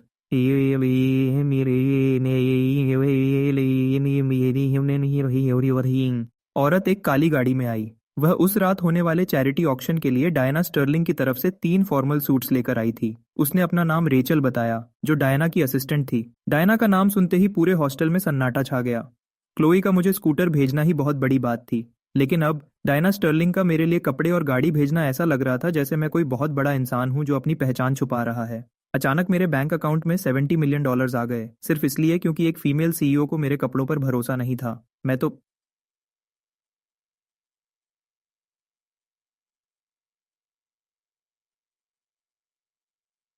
करीब करीब बेहोश ही होने वाला था। भगवान के लिए सिर्फ अपना बैंक बैलेंस देखकर ही मुझे हार्ट अटैक आ जाएगा। दोपहर तक अफवाहें बहुत ज़्यादा फैल चुकी थीं। डॉर्मेट्री में अचानक बातें होने लगीं कि मैं किसी तरह 2 बहुत ही सुंदर लड़कियों के करीब आ गया हूँ। उस रात मैंने ब्लैक सूट चुना क्योंकि टाइलर ने कहा था कि इसमें मैं ऐसा लग रहा हूँ जैसे पूरा ऑक्शन हाउस ही खरीद लूंगा। स्टाइलिस्ट ने उसे बिल्कुल सही से फिट किया, और जब मैंने शीशे में देखा तो मैं खुद हैरान रह गया। मैं सच में बहुत हैंडसम लग रहा था। ठीक 6 बजे डॉम के बाहर एक बेंटली आकर रुकी, और टाइलर गेट के पास खड़ा होकर झूठे आंसू पोंछ रहा था जैसे अपने बेटे को जंग पर भेज रहा हो। मैंने बस एक ठंडी सांस ली। उस बेवकूफ को मुझसे एक लात पड़नी चाहिए। जो भी हो, वह charity auction Sterling grand hotel में था। मैंने पहले भी उस जगह के बारे में सुना था, पूरे शहर ने सुना था। वह एक ऐसा होटल था जहां लॉबी के फूल भी शायद मुझसे बेहतर जिंदगी जी रहे थे जो मेरी पिछले हफ्ते थी। बेंटली एंट्रेंस पर रुकी और 2 वैलेट्स ने मेरे लिए दरवाजा खोला। एक लाल कारपेट सीधे उन बड़े सुनहरे घूमने वाले दरवाजों तक जा रहा था। रिपोर्टर्स बैरियर्स के पीछे खड़े थे। कैमरास तैयार थे। सुंदर मेहमान कैमरा की फ्लैशेस के बीच ऐसे चल रहे थे जैसे उनके लिए यह कोई आम दिन हो। मेरा पहला ख्याल आया कि शायद मैं गलत जगह आ गया हूँ। मेरा दूसरा ख्याल था कि मुझे भाग जाना चाहिए। मेरा तीसरा ख्याल आया कि अब मेरे पास $70 मिलियन और एक सुपर नेचुरल मनी सिस्टम है, तो भागना थोड़ा शर्मनाक होगा। इसलिए मैं बाहर निकला। तुरंत ही रिपोर्टर्स ने फ्लैश के साथ फोटो खींचने शुरू कर दिए, शायद इसलिए क्योंकि मैं बेंटली से आया था और उन्हें लगा कि जो भी बाहर आएगा वह कोई बड़ा आदमी होगा।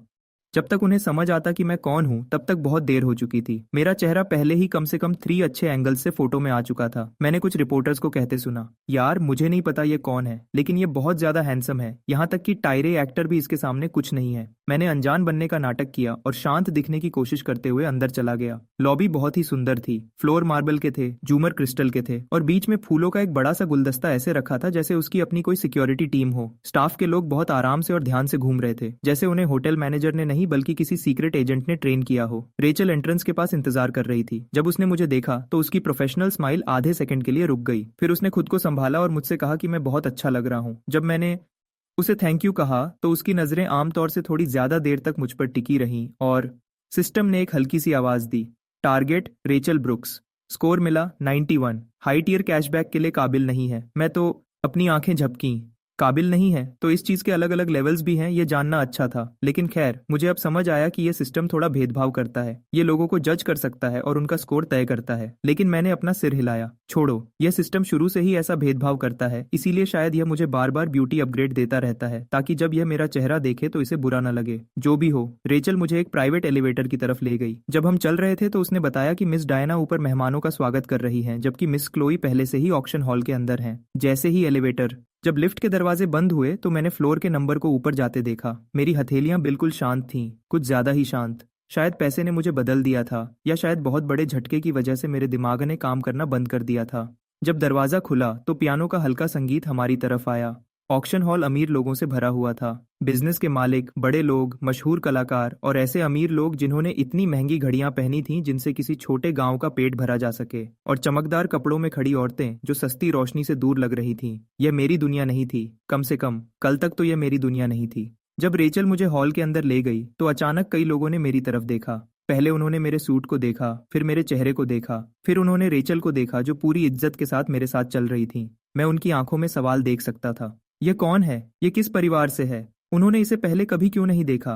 क्या ये विदेश से है? हाँ, बेशक, किसी भी अनजान सुंदर आदमी के लिए अमीर लोगों का सबसे पसंदीदा जवाब हमेशा विदेश ही होता था। फिर रेचल मुझे आगे की एक टेबल के पास ले गई। मैंने क्लोई को वहां एक काली ड्रेस में बैठे देखा। उसके बाल एक मोती वाले क्लिप से बंधे हुए थे। वह कल रात से ज्यादा शांत, बेहतर और बहुत दूर लग रही थी। लेकिन जब उसने मुझे देखा तो उसकी नजर मेरे चेहरे से मेरे सूट पर गई और एक पल के लिए वहीं रुक गई। सोफी, जो उसके पास एक शैंपेन रंग की ड्रेस में बैठी थी, उसने बहुत ही सच्चे तरीके से रिएक्ट किया। Oh wow! क्लोई ने तुरंत उसकी तरफ देखा और सोफी ने अपना मुंह बंद कर लिया और कहा कि उसने यह धीरे से बोला था। मैं वहां गया और उन्हें गुड इवनिंग कहा। सोफी ने थोड़ा दूर देखा और कहा कि तुम आ गए।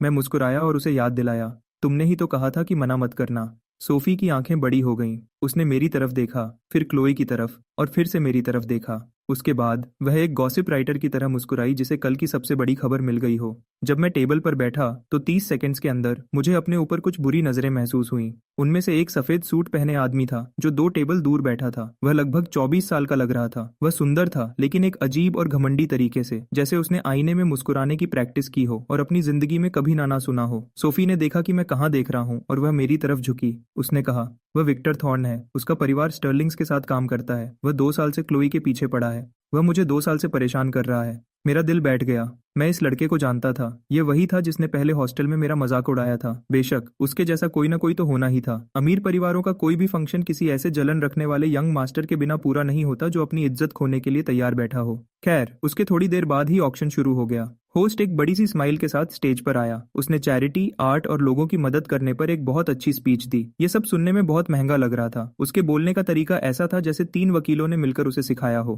पहली चीज एक पुराना वेस था जिसकी शुरुआती कीमत $50,000 थी। किसी ने तुरंत अपना बोर्ड उठाया, फिर दूसरे बंदे ने उठाया, फिर एक और ने। 20 सेकंड से भी कम टाइम में कीमत $180,000 तक पहुंच गई।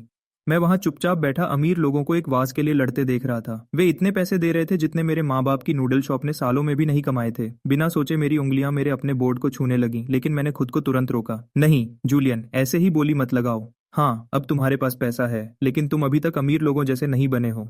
फिर वह वेस $320,000 में बिक गया। सबने आराम से तालियां बजाईं जैसे ये कोई आम बात हो। दूसरी चीज एक पेंटिंग थी और वह $900,000 में बिकी। तीसरी चीज एक हीरे का ब्रेसलेट था और वह $1.4 मिलियन में बिका। मैं बस पानी पीता रहा और पूरी कोशिश कर रहा था कि अंदर से गरीब न दिखूं। और फिर चौथी चीज सामने आई। ये मर्दों की एक महंगी वॉच थी, लिमिटेड एडिशन, काले रंग की और बहुत ही सुंदर डिजाइन वाली, जिसकी शुरुआती कीमत $200,000 थी। होस्ट ने स्माइल किया और कहा, ये वॉच केंजिंगटन फैमिली ने दान की है। पूरी दुनिया में ऐसी सिर्फ 20 वॉचेज हैं। सोफी मेरे पास आई और धीरे से बोली कि ये वॉच मेरे सूट पर अच्छी लगेगी। मैंने धीरे से ना कहा, लेकिन उसे कोई फर्क नहीं पड़ा। उसने अपने दोनों हाथ थोड़े उठाए और कहा कि उसने मुझे इसे खरीदने के लिए नहीं कहा था। मैंने उससे कहा, तुम दिमाग में यही सोच रही थी। क्लोई ने वॉच को देखा, फिर मेरी खाली कलाई को देखा। अचानक मुझे तुरंत खतरे का एहसास हुआ। मैंने धीरे से उसका नाम लिया और उसे मना किया, लेकिन अब बहुत देर हो चुकी थी। क्लोई ने मेरी बात पर ध्यान नहीं दिया और अपना बोर्ड उठा दिया। 500,000। मेरे मुंह का पानी बाहर आने ही वाला था। ये लड़की कितनी पागल है। पूरा पूरा हॉल हमारी टेबल की तरफ घूम गया और होस्ट इतना खुश दिख रहा था जैसे उसके चेहरे के अंदर किसी ने बल्ब जला दिया हो। मिस क्लोई स्टर्लिंग ने 500,000 की बोली लगाई है। मैं क्लोई के पास गया और अपनी आवाज धीमी की। मैंने उससे पूछा कि वह क्या कर रही है, लेकिन उसने आराम से कहा कि वह बोली लगा रही है। मैं पूछा कि वह किस चीज के लिए बोली लगा रही है। उसने बस फिर से मेरी कलाई की तरफ देखा और कहा कि तुम्हारे पास कोई वॉच नहीं है। मैंने उससे कहा, मेरे पास कोई यॉट भी नहीं है। कृपया इस बात को और मत बढ़ाओ। मेरे मजाक पर क्लोई का मुंह थोड़ा सा हिला, जैसे वह बस मुस्कुराने ही वाली थी। हॉल के दूसरी तरफ विक्टर का चेहरा गुस्से से काला पड़ गया। उसने अपना बोर्ड उठाया। 6 लाख। हॉल के दूसरी तरफ विक्टर का चेहरा गुस्से से काला पड़ गया। उसने अपना बोर्ड उठाया। 6 लाख। उसने अपने चेहरे पर बिना किसी बदलाव के अपना बोर्ड फिर से उठाया। मेरा सिस्टम मेरे सामने चमकने लगा। धीरे धीरे मेरी पीठ पर पसीना आने लगा। अगर क्लोई ने मेरे लिए $8 लाख की वॉच खरीदी तो 10 गुना मल्टीप्लायर के साथ भी वह $80 लाख हो जाएगी। 100 गुना मल्टीप्लायर के साथ वह $8 करोड़ हो जाएगी। 1000 गुना मल्टीप्लायर के साथ वह $80 करोड़ हो जाएगी। मेरा बैंक अकाउंट किसी फोन नंबर जैसा दिखने लगेगा। विक्टर ने एक ठंडी मुस्कान दी। 1 मिलियन। मेहमान आपस में फुसफुसाने लगे। हर कोई समझ गया था कि क्या हो रहा है। विक्टर को उस वॉच की उतनी परवाह नहीं थी। वह क्लोई से मुकाबला करना चाहता था। क्लोई शांत रही। 1.5 मिलियन। मैंने अपना अकाउंट बंद कर दिया। एक पल के लिए अपनी आंखें बंद की और प्रार्थना की। विक्टर का जबड़ा टाइट हो गया। 2 मिलियन। पूरे हॉल ने एक साथ रिएक्ट किया। एक ऐसी वॉच के लिए $2 मिलियन देना जो $2 लाख से शुरू हुई थी, सच में बहुत बड़ी बेवकूफ़ी थी। उसने अपना बोर्ड फिर से उठाया, लेकिन इससे पहले कि वह कुछ बोलती, मैंने प्यार से अपना हाथ उसके हाथ पर रख दिया। पूरा जहाज हवा से पूरी तरह उड़ गया था। पूरा जहाज हवा से उड़ गया था। पूरी टेबल जम सी गई, यहाँ तक कि सोफी की आंखें भी एक्साइटमेंट से चमक उठीं। क्लोई ने सोफी के चेहरे की तरफ देखा और कहा, मैंने पहले अपने हाथ को देखा, फिर उसकी तरफ देखा। मैंने घबराहट में अपना सिर हिलाया और धीरे से उससे मना किया कि ऐसा मत करो। उसने अपनी भौहें थोड़ी ऊपर की। उसने पूछा क्यों? मैंने कहा, क्योंकि यह इस लायक नहीं है। मेरी आवाज बिल्कुल शांत थी, लेकिन हमारे पास खड़े सभी लोगों ने मेरी बात सुन ली थी। विक्टर हंसा। इस लायक नहीं है? मजेदार है। क्या तुम कह रहे हो कि केंसिंगटन फैमिली की यह खास घड़ी मिस स्टर्लिंग के पैसों के लायक नहीं है? पूरे हॉल में सन्नाटा छा गया। मेरे पैरों के नीचे एक जाल खुल गया था। अगर मैं हाँ कहता तो उस परिवार का अपमान होता जिसने घड़ी दान की थी। अगर मैं ना कहता तो ऐसा लगता कि मैं विक्टर से डर गया हूँ। इससे पहले कि मैं कोई जवाब देता, सिस्टम की आवाज आई। लोगों के बीच बहस का पता चला है। सही जवाब का सुझाव। अपने आप पर काबू रखें और थोड़े रहस्यमयी बने रहें। कामयाब होने पर इनाम मिलेगा। मैंने देखा विक्टर की तरफ, फिर मैंने स्टेज पर रखी घड़ी को देखा। मैंने कभी नहीं कहा कि यह अच्छी घड़ी नहीं है। फिर मैंने आगे कहा, लेकिन यह मुझ पर अच्छी नहीं लगती। मेहमान एक दूसरे को देखने लगे और विक्टर की हंसी धीरे धीरे गायब हो गई। तुम पर सूट नहीं करती? मैंने थोड़ा पीछे होकर कहा। मेरी कलाई को खाली रहने की आदत है। मुझे अपनी कीमत दिखाने के लिए किसी महंगी या चमकदार चीज की जरूरत नहीं है। सन्नाटा। बिल्कुल सन्नाटा। फिर पास की टेबल पर किसी ने धीरे से कहा, यह लड़का तो बड़ा तेज है। एक और मेहमान ने धीरे से कहा कि यह बहुत अच्छी बात थी। सफेद बालों वाले एक बिजनेसमैन ने भी धीरे से अपना सिर हिलाया, जैसे मैंने कोई पुरानी और समझदारी वाली बात कह दी हो। हॉल के एक कोने में डायना स्टर्लिंग अभी अभी अंदर आई थी। उसने एक पल के लिए रुकी। उसने मेरी तरफ देखा और फिर मुस्कुरा दी। विक्टर का चेहरा खराब हो गया। उसने मुझे छोटा दिखाने की कोशिश की थी, लेकिन किसी तरह मेरी बातें ऐसी लग रही थीं जैसे मैं किसी बड़े खानदान का लड़का हूं जो बहुत सीधा साधा है। क्लोई ने मुझे चुपचाप देखा। एक छोटे से पल के लिए उसकी आंखों में फिर से नरमी आ गई। फिर उसने अपना बोर्ड नीचे कर लिया। आखिर में वह घड़ी विक्टर को $2 मिलियन में बेची गई। सबने तालियां बजाईं, लेकिन तालियां बहुत हल्की और बस दिखावे की थीं, क्योंकि सब जानते थे कि उसने बहुत ज्यादा पैसे दे दिए हैं और विक्टर का चेहरा देखने लायक था। सोफी ने मेरी तरफ झुककर धीरे से कहा,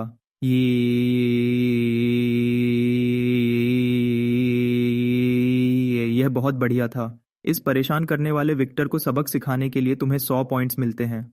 कुछ ही देर बाद अचानक डायना हमारी टेबल पर पहुंची। उसने क्लोई की तरफ देखा और कहा कि क्लोई उस घड़ी पर लगभग $2 मिलियन खर्च करने वाली थी, लेकिन क्लोई का चेहरा बिल्कुल शांत रहा। उसने कहा कि यह मेरे सूट के साथ अच्छी लग रही थी। 1 मेरी तरफ देखा और उसकी मुस्कुराहट और बढ़ गई। उसने पूछा कि मैंने क्लोई को क्यों रोका।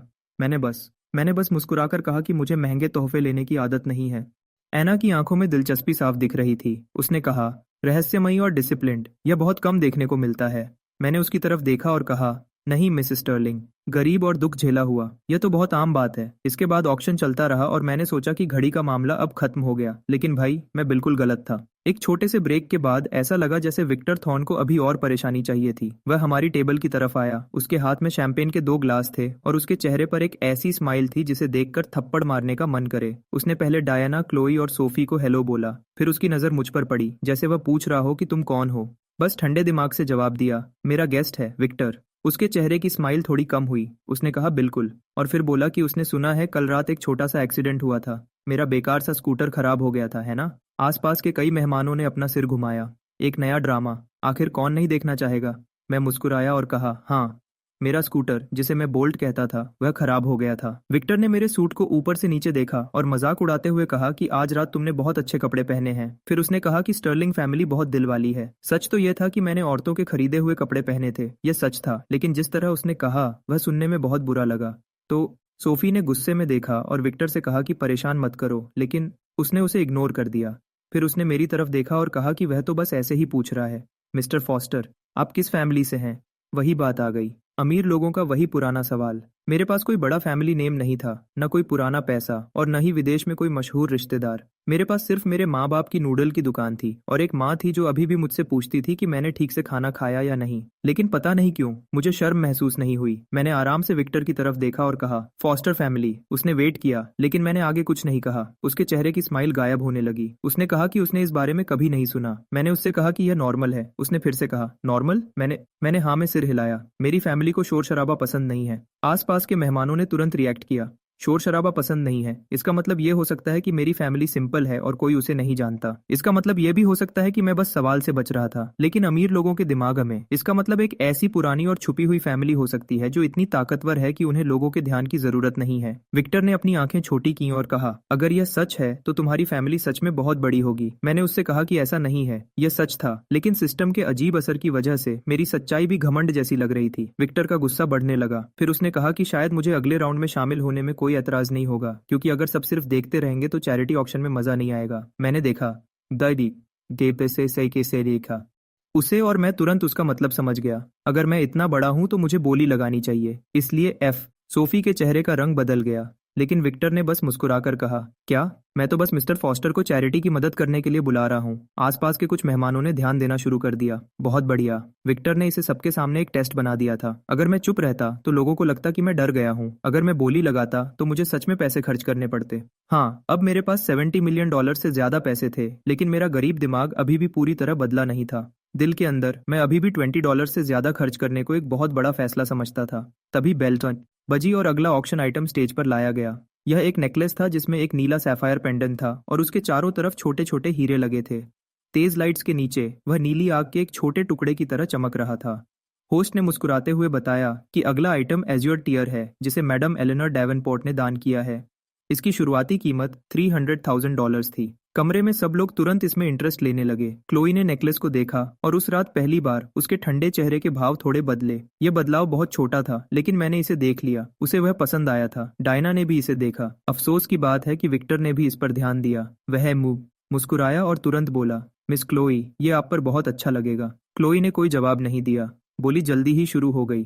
350,000, 400,000, 500,000। फिर विक्टर ने अपना बोर्ड उठाया और बोला, 1 मिलियन। कमरे में लोग आपस में बातें करने लगे। विक्टर ने सीधा मेरी तरफ देखा। उसके चेहरे पर एक ऐसी मुस्कान थी जिसे देखकर मुक्का मारने का मन करे, और उसने पूछा कि क्या मैं इस चैरिटी में मदद नहीं करूंगा। अगर टाइलर वहां होता तो वह मुझसे कहता कि चुपचाप बैठो और अपना हाथ नीचे रखो। मेरे माँ बाप भी मुझसे कहते कि बेवकूफ़ों की तरह पैसे बर्बाद मत करो। और बिल्कुल पुराना मैं अपना सिर झुका लेता और ऐसे नाटक करता जैसे मैंने कुछ सुना ही नहीं। लेकिन जो मैं आज यहाँ बैठा था, मेरे पास $70 मिलियन से ज्यादा पैसे थे, और इस आदमी ने 10 मिनट से भी कम समय में मेरे मरे हुए स्कूटर, मेरे सूट और मेरे खानदान के नाम की बेइज्जती की थी। इससे भी बुरी बात यह थी कि क्लोई ने उस नेकलेस को ऐसे देखा जैसे वह उसे चाहती हो, लेकिन वह इसके आसपास के झगड़े में नहीं पड़ना चाहती थी। इसलिए मैंने अपना बोर्ड उठाया, 1.1 मिलियन। पूरा हॉल मेरी तरफ घूम गया। क्लोई वहीं रुक गई। डायना ने अपनी भौहें उठाई। सोफी धीरे से बोली। Oh my gosh. विक्टर की मुस्कान एक सेकंड के लिए गायब हो गई, फिर उसने गुस्से से देखा और अपना बोर्ड दोबारा उठाया। 1.5 मिलियन। मेरा दिल दिल की धड़कन तेज हो गई, लेकिन इसलिए नहीं कि मैं डरा हुआ था, यह इसलिए था क्योंकि मुझे अचानक एक अजीब बात समझ आई। बोली लगाना एक अजीब नशा था। मैंने कहा 1.6 मिलियन। विक्टर की आंखें और तेज हो गईं।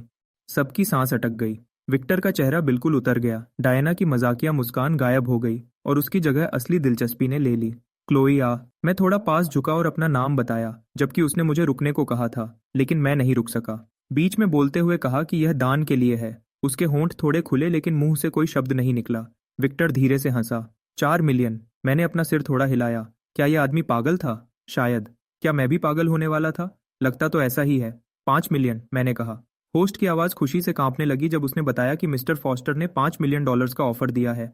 होस्ट की आवाज खुशी से कांपने लगी जब उसने बताया कि मिस्टर फॉस्टर ने $5 मिलियन का ऑफर दिया है। कोल हॉल शोर से गूंज उठा। विक्टर ने अपने पैडल को और जोर से पकड़ लिया। 5 मिलियन उस नेकलेस की असली कीमत से बहुत ज्यादा था। अगर वह आगे बोलता तो यह कोई बोली नहीं होती। वह सिर्फ अपनी इज्जत बचाने के लिए अपना पैसा बहा रहा था। उसने मेरे चेहरे को घूरा, ये समझने के लिए कि मेरे दिमाग में क्या चल रहा है, लेकिन मैंने अपना चेहरा बिल्कुल शांत रखा। अंदर ही अंदर मैं सोच रहा था कि इन $1 मिलियन से मैं कितने सारे इंस्टेंट नूडल्स खरीद सकता हूँ। आखिर में विक्टर ने जबरदस्ती की हंसी हंसते हुए कहा कि जब मुझे यह इतना पसंद है तो वह मेरी खुशी नहीं छीनेगा। फिर उसने अपना पैडल नीचे कर दिया। कोल हॉल शोर से गूंज उठा। ज्यादातर लोगों ने कमरे में चारों तरफ देखा। पूरे हॉल में गूंज गया, ओह तेरी, मैंने सच में एक नेकलेस $5 मिलियन में खरीद लिया। इसी बीच क्लोई ने मुझे घूरा और पूछा कि मैंने ऐसा क्यों किया। मैंने सच सच जवाब दिया, तुम्हें यह पसंद था। जैसे ही मैंने इसे देखा, मुझे लगा कि मैं इसे खरीदने वाला हूँ, मैं इसे खरीदने वाला हूँ, मैं इसे खरीदने वाला हूँ। मैं जैसे ही मैंने ये कहा, मुझे समझ आया कि ये शब्द कितने खतरनाक थे। सोफी ने एक गहरी सांस ली। डायना की आंखें चमक उठीं और क्लोई बिल्कुल शांत हो गई। उसके ठंडे चेहरे पर थोड़ी सी हैरानी साफ दिख रही थी।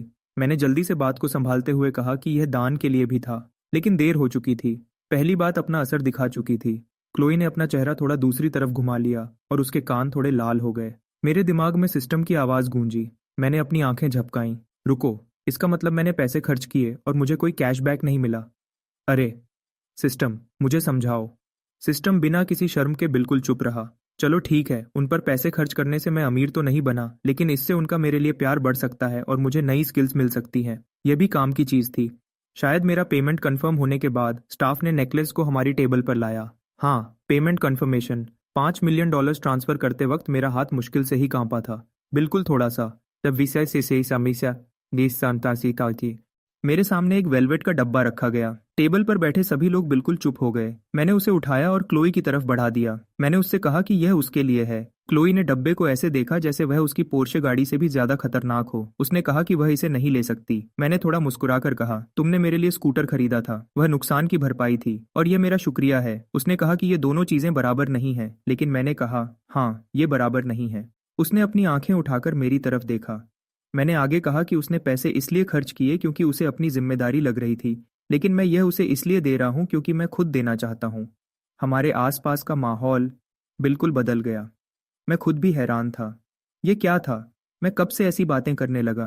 क्या पैसे की समझ के साथ साथ मुझे लड़कियों को इम्प्रेस करने का तरीका भी आ गया था?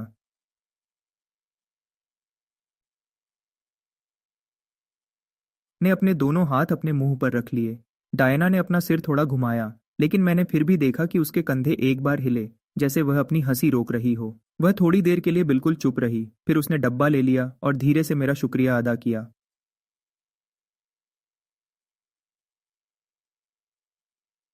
फिर से बजी। यह सुनने में तो ठीक लग रहा था, लेकिन न जाने क्यों यह बिल्कुल भी सेफ नहीं लग रहा था। डायना ने अपनी बहन की तरफ देखा और ऐसे मुस्कुराई जैसे उसने बर्फ के पहाड़ में पहली बार कोई छोटी सी दरार देखी हो। दूसरी तरफ फॉस्टर को देखकर लग रहा था जैसे वह अपनी आंखों से ही कोई जुर्म करने के लिए तैयार हो। बाकी का ऑक्शन एक ऐसे सपने की तरह गुजर गया जिसे मैं पूरी तरह कंट्रोल नहीं कर सकता था। लोग लगातार मेरे पास बात करने आ रहे थे। कुछ ने पूछा कि मैं अभी किस देश से वापस आया हूँ। दूसरों ने पूछा कि क्या फॉस्टर परिवार टेक्नोलॉजी, शिपिंग या बिजनेस में पैसा लगाता है। एक बूढ़े आदमी ने तो ये भी पूछ लिया कि क्या मेरे दादा जूरिच वाले मिस्टर फॉस्टर हैं। मैंने कहा नहीं, लेकिन उस बूढ़े आदमी ने समझदारी से सिर हिलाया और कहा कि वह समझ गया, क्योंकि बेशक हम बातों को छुपाकर रखना पसंद करते हैं। नहीं सर, आप कुछ नहीं समझे। मैं एक नूडल की दुकान से आया हूँ। मेरे दादा पार्क में चेस खेला करते थे और एक बार उन्हें एक डंपलिंग रेस्टोरेंट से निकाल दिया गया था क्योंकि वह अपना खुद का सिरका लेकर आए थे। रात खत्म होने तक मेरी झूठी और रहस्यमयी कहानी मेरी इजाजत के बिना ही और बड़ी हो गई थी।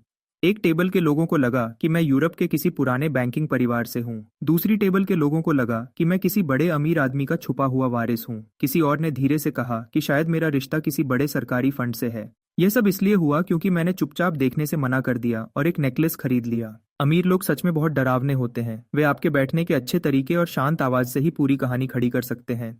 आखिरी चीज बिकने के बाद डायना ने मुझे एक शांत लाउंज में बुलाया। क्लोई और सोफी भी हमारे साथ आईं। उस लाउंज में एक बड़ी खिड़की थी जहां से पूरा शहर दिखता था। नीचे की लाइट्स ऐसे चमक रही थीं जैसे किसी ने सड़कों पर हीरे बिखेर दिए हों। डायना मेरे सामने बिल्कुल सीधी बैठी थी, हमेशा की तरह शांत और प्यारी लग रही थी। उसने कहा, मिस्टर फॉस्टर, आज रात आपने मुझे समेत बहुत से लोगों को हैरान कर दिया। वह धीरे से हंसी और कहा कि वह सच कह रही है। क्लोई उसके पास बैठी थी और नेकलेस का डब्बा उसकी गोद में रखा था। उसने उसे दोबारा नहीं खोला था, लेकिन उसने उसे छोड़ा भी नहीं था। सोफी सोफा से टेक लगाकर बैठी थी। उसकी आंखों में चमक थी जैसे वह पूरी रात सही मौके का इंतजार कर रही हो। वह आगे झुककर बोली, क्या तुम चुपके से अमीर हो? मैं पहले सोफी को देखता हूँ, फिर डायना को, फिर क्लोई को। तीनों लड़कियां मुझे बहुत ज्यादा उत्सुक नजरों से देख रही थी। मैं एक गहरी सांस लेता हूँ। क्या मैं चुपके से अमीर था?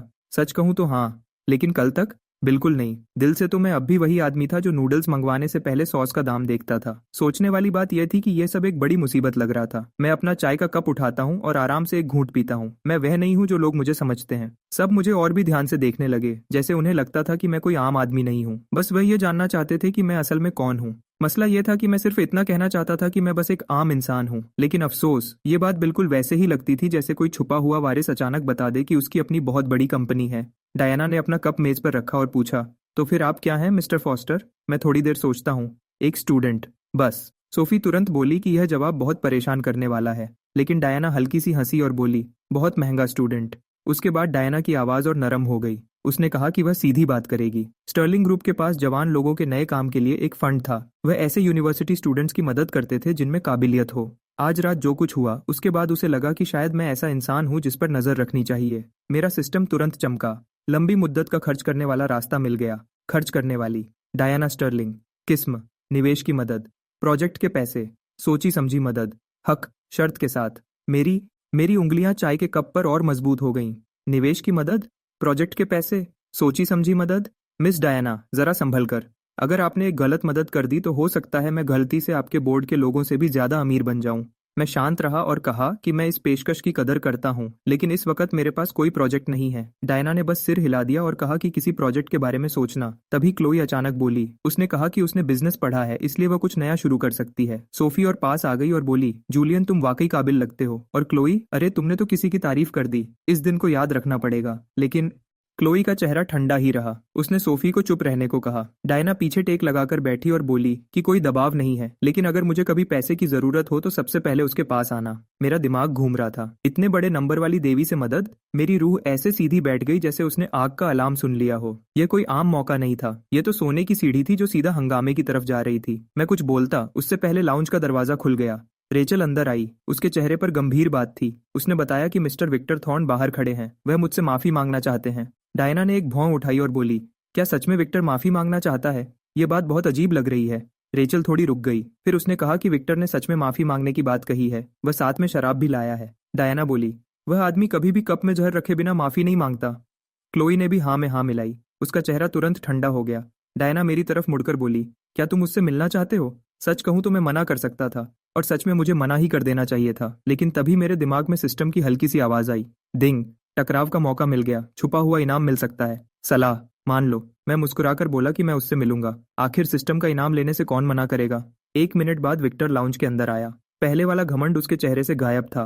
अब उसके चेहरे पर एक शरीफ सी मुस्कान थी, बहुत ही ज्यादा शरीफ। यह असली पछतावा नहीं था, यह सिर्फ दिखावा था। उसके हाथ में लाल शराब के 2 ग्लास थे। मिस्टर फॉस्टर, पहले मैं बदतमीजी कर बैठा। मैंने आपको गलत समझा, मुझे माफ कर दीजिए। फिर उसने एक ग्लास मेरी तरफ बढ़ा दिया। मैं उस ग्लास को घूरने लगा। बहुत सारी कहानियां पढ़ने के बाद जो बचने की आदत मुझ में आ गई थी, वह जोर से कह रही थी, ये मत पीना।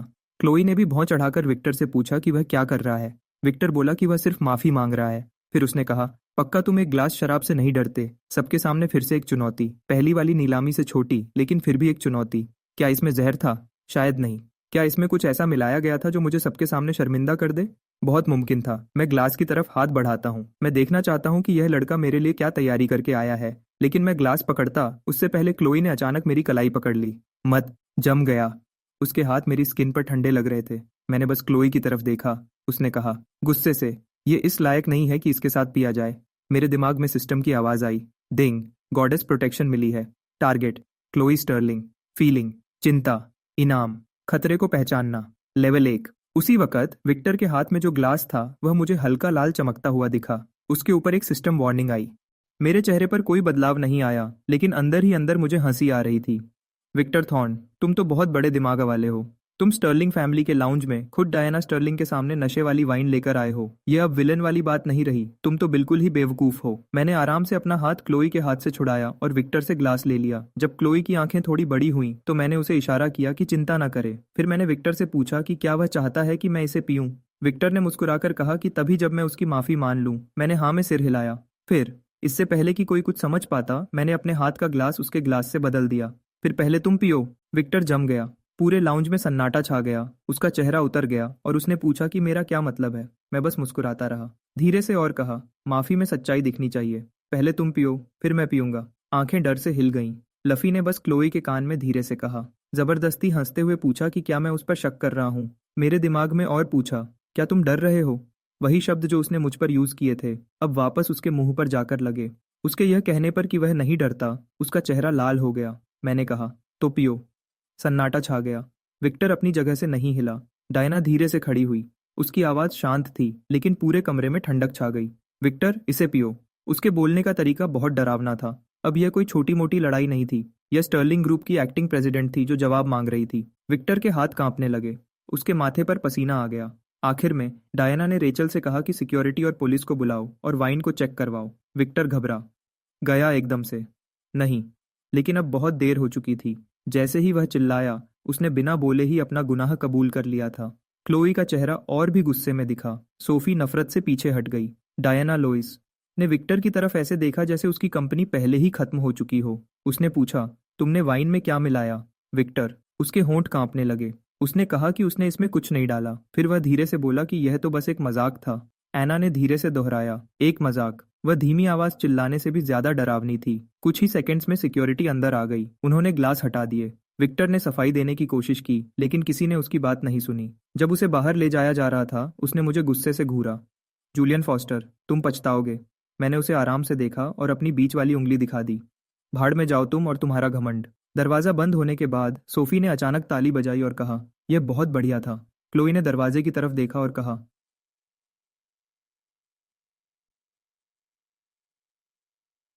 और एक गहरी सांस ली जो उसने रोक रखी थी। डायना ने मेरी तरफ देखकर पूछा कि मुझे कैसे पता चला। मैंने वाइन को देखा और फिर उसे देखा। मैंने कहा कि मुझे नहीं पता था। सबने मुझे ऐसे देखा जैसे कह रहे हो, तुम हमें पागल समझते हो क्या। मैंने हंसते हुए कहा, मैं बस उन लोगों के हाथ से कुछ नहीं पीता जो मुझसे नफरत करते हैं। चलो, कम से कम मेरा जवाब सच तो था। डायना ने मुझे थोड़ी देर तक देखा। फिर वह मुस्कुराई और बोली कि मेरे घर वालों ने मुझे अच्छी सीख दी है। क्लोई ने मुझे अजीब तरह से देखा। वह थोड़ी परेशान लग रही थी, लेकिन खुश भी थी। सिस्टम की आवाज फिर आई।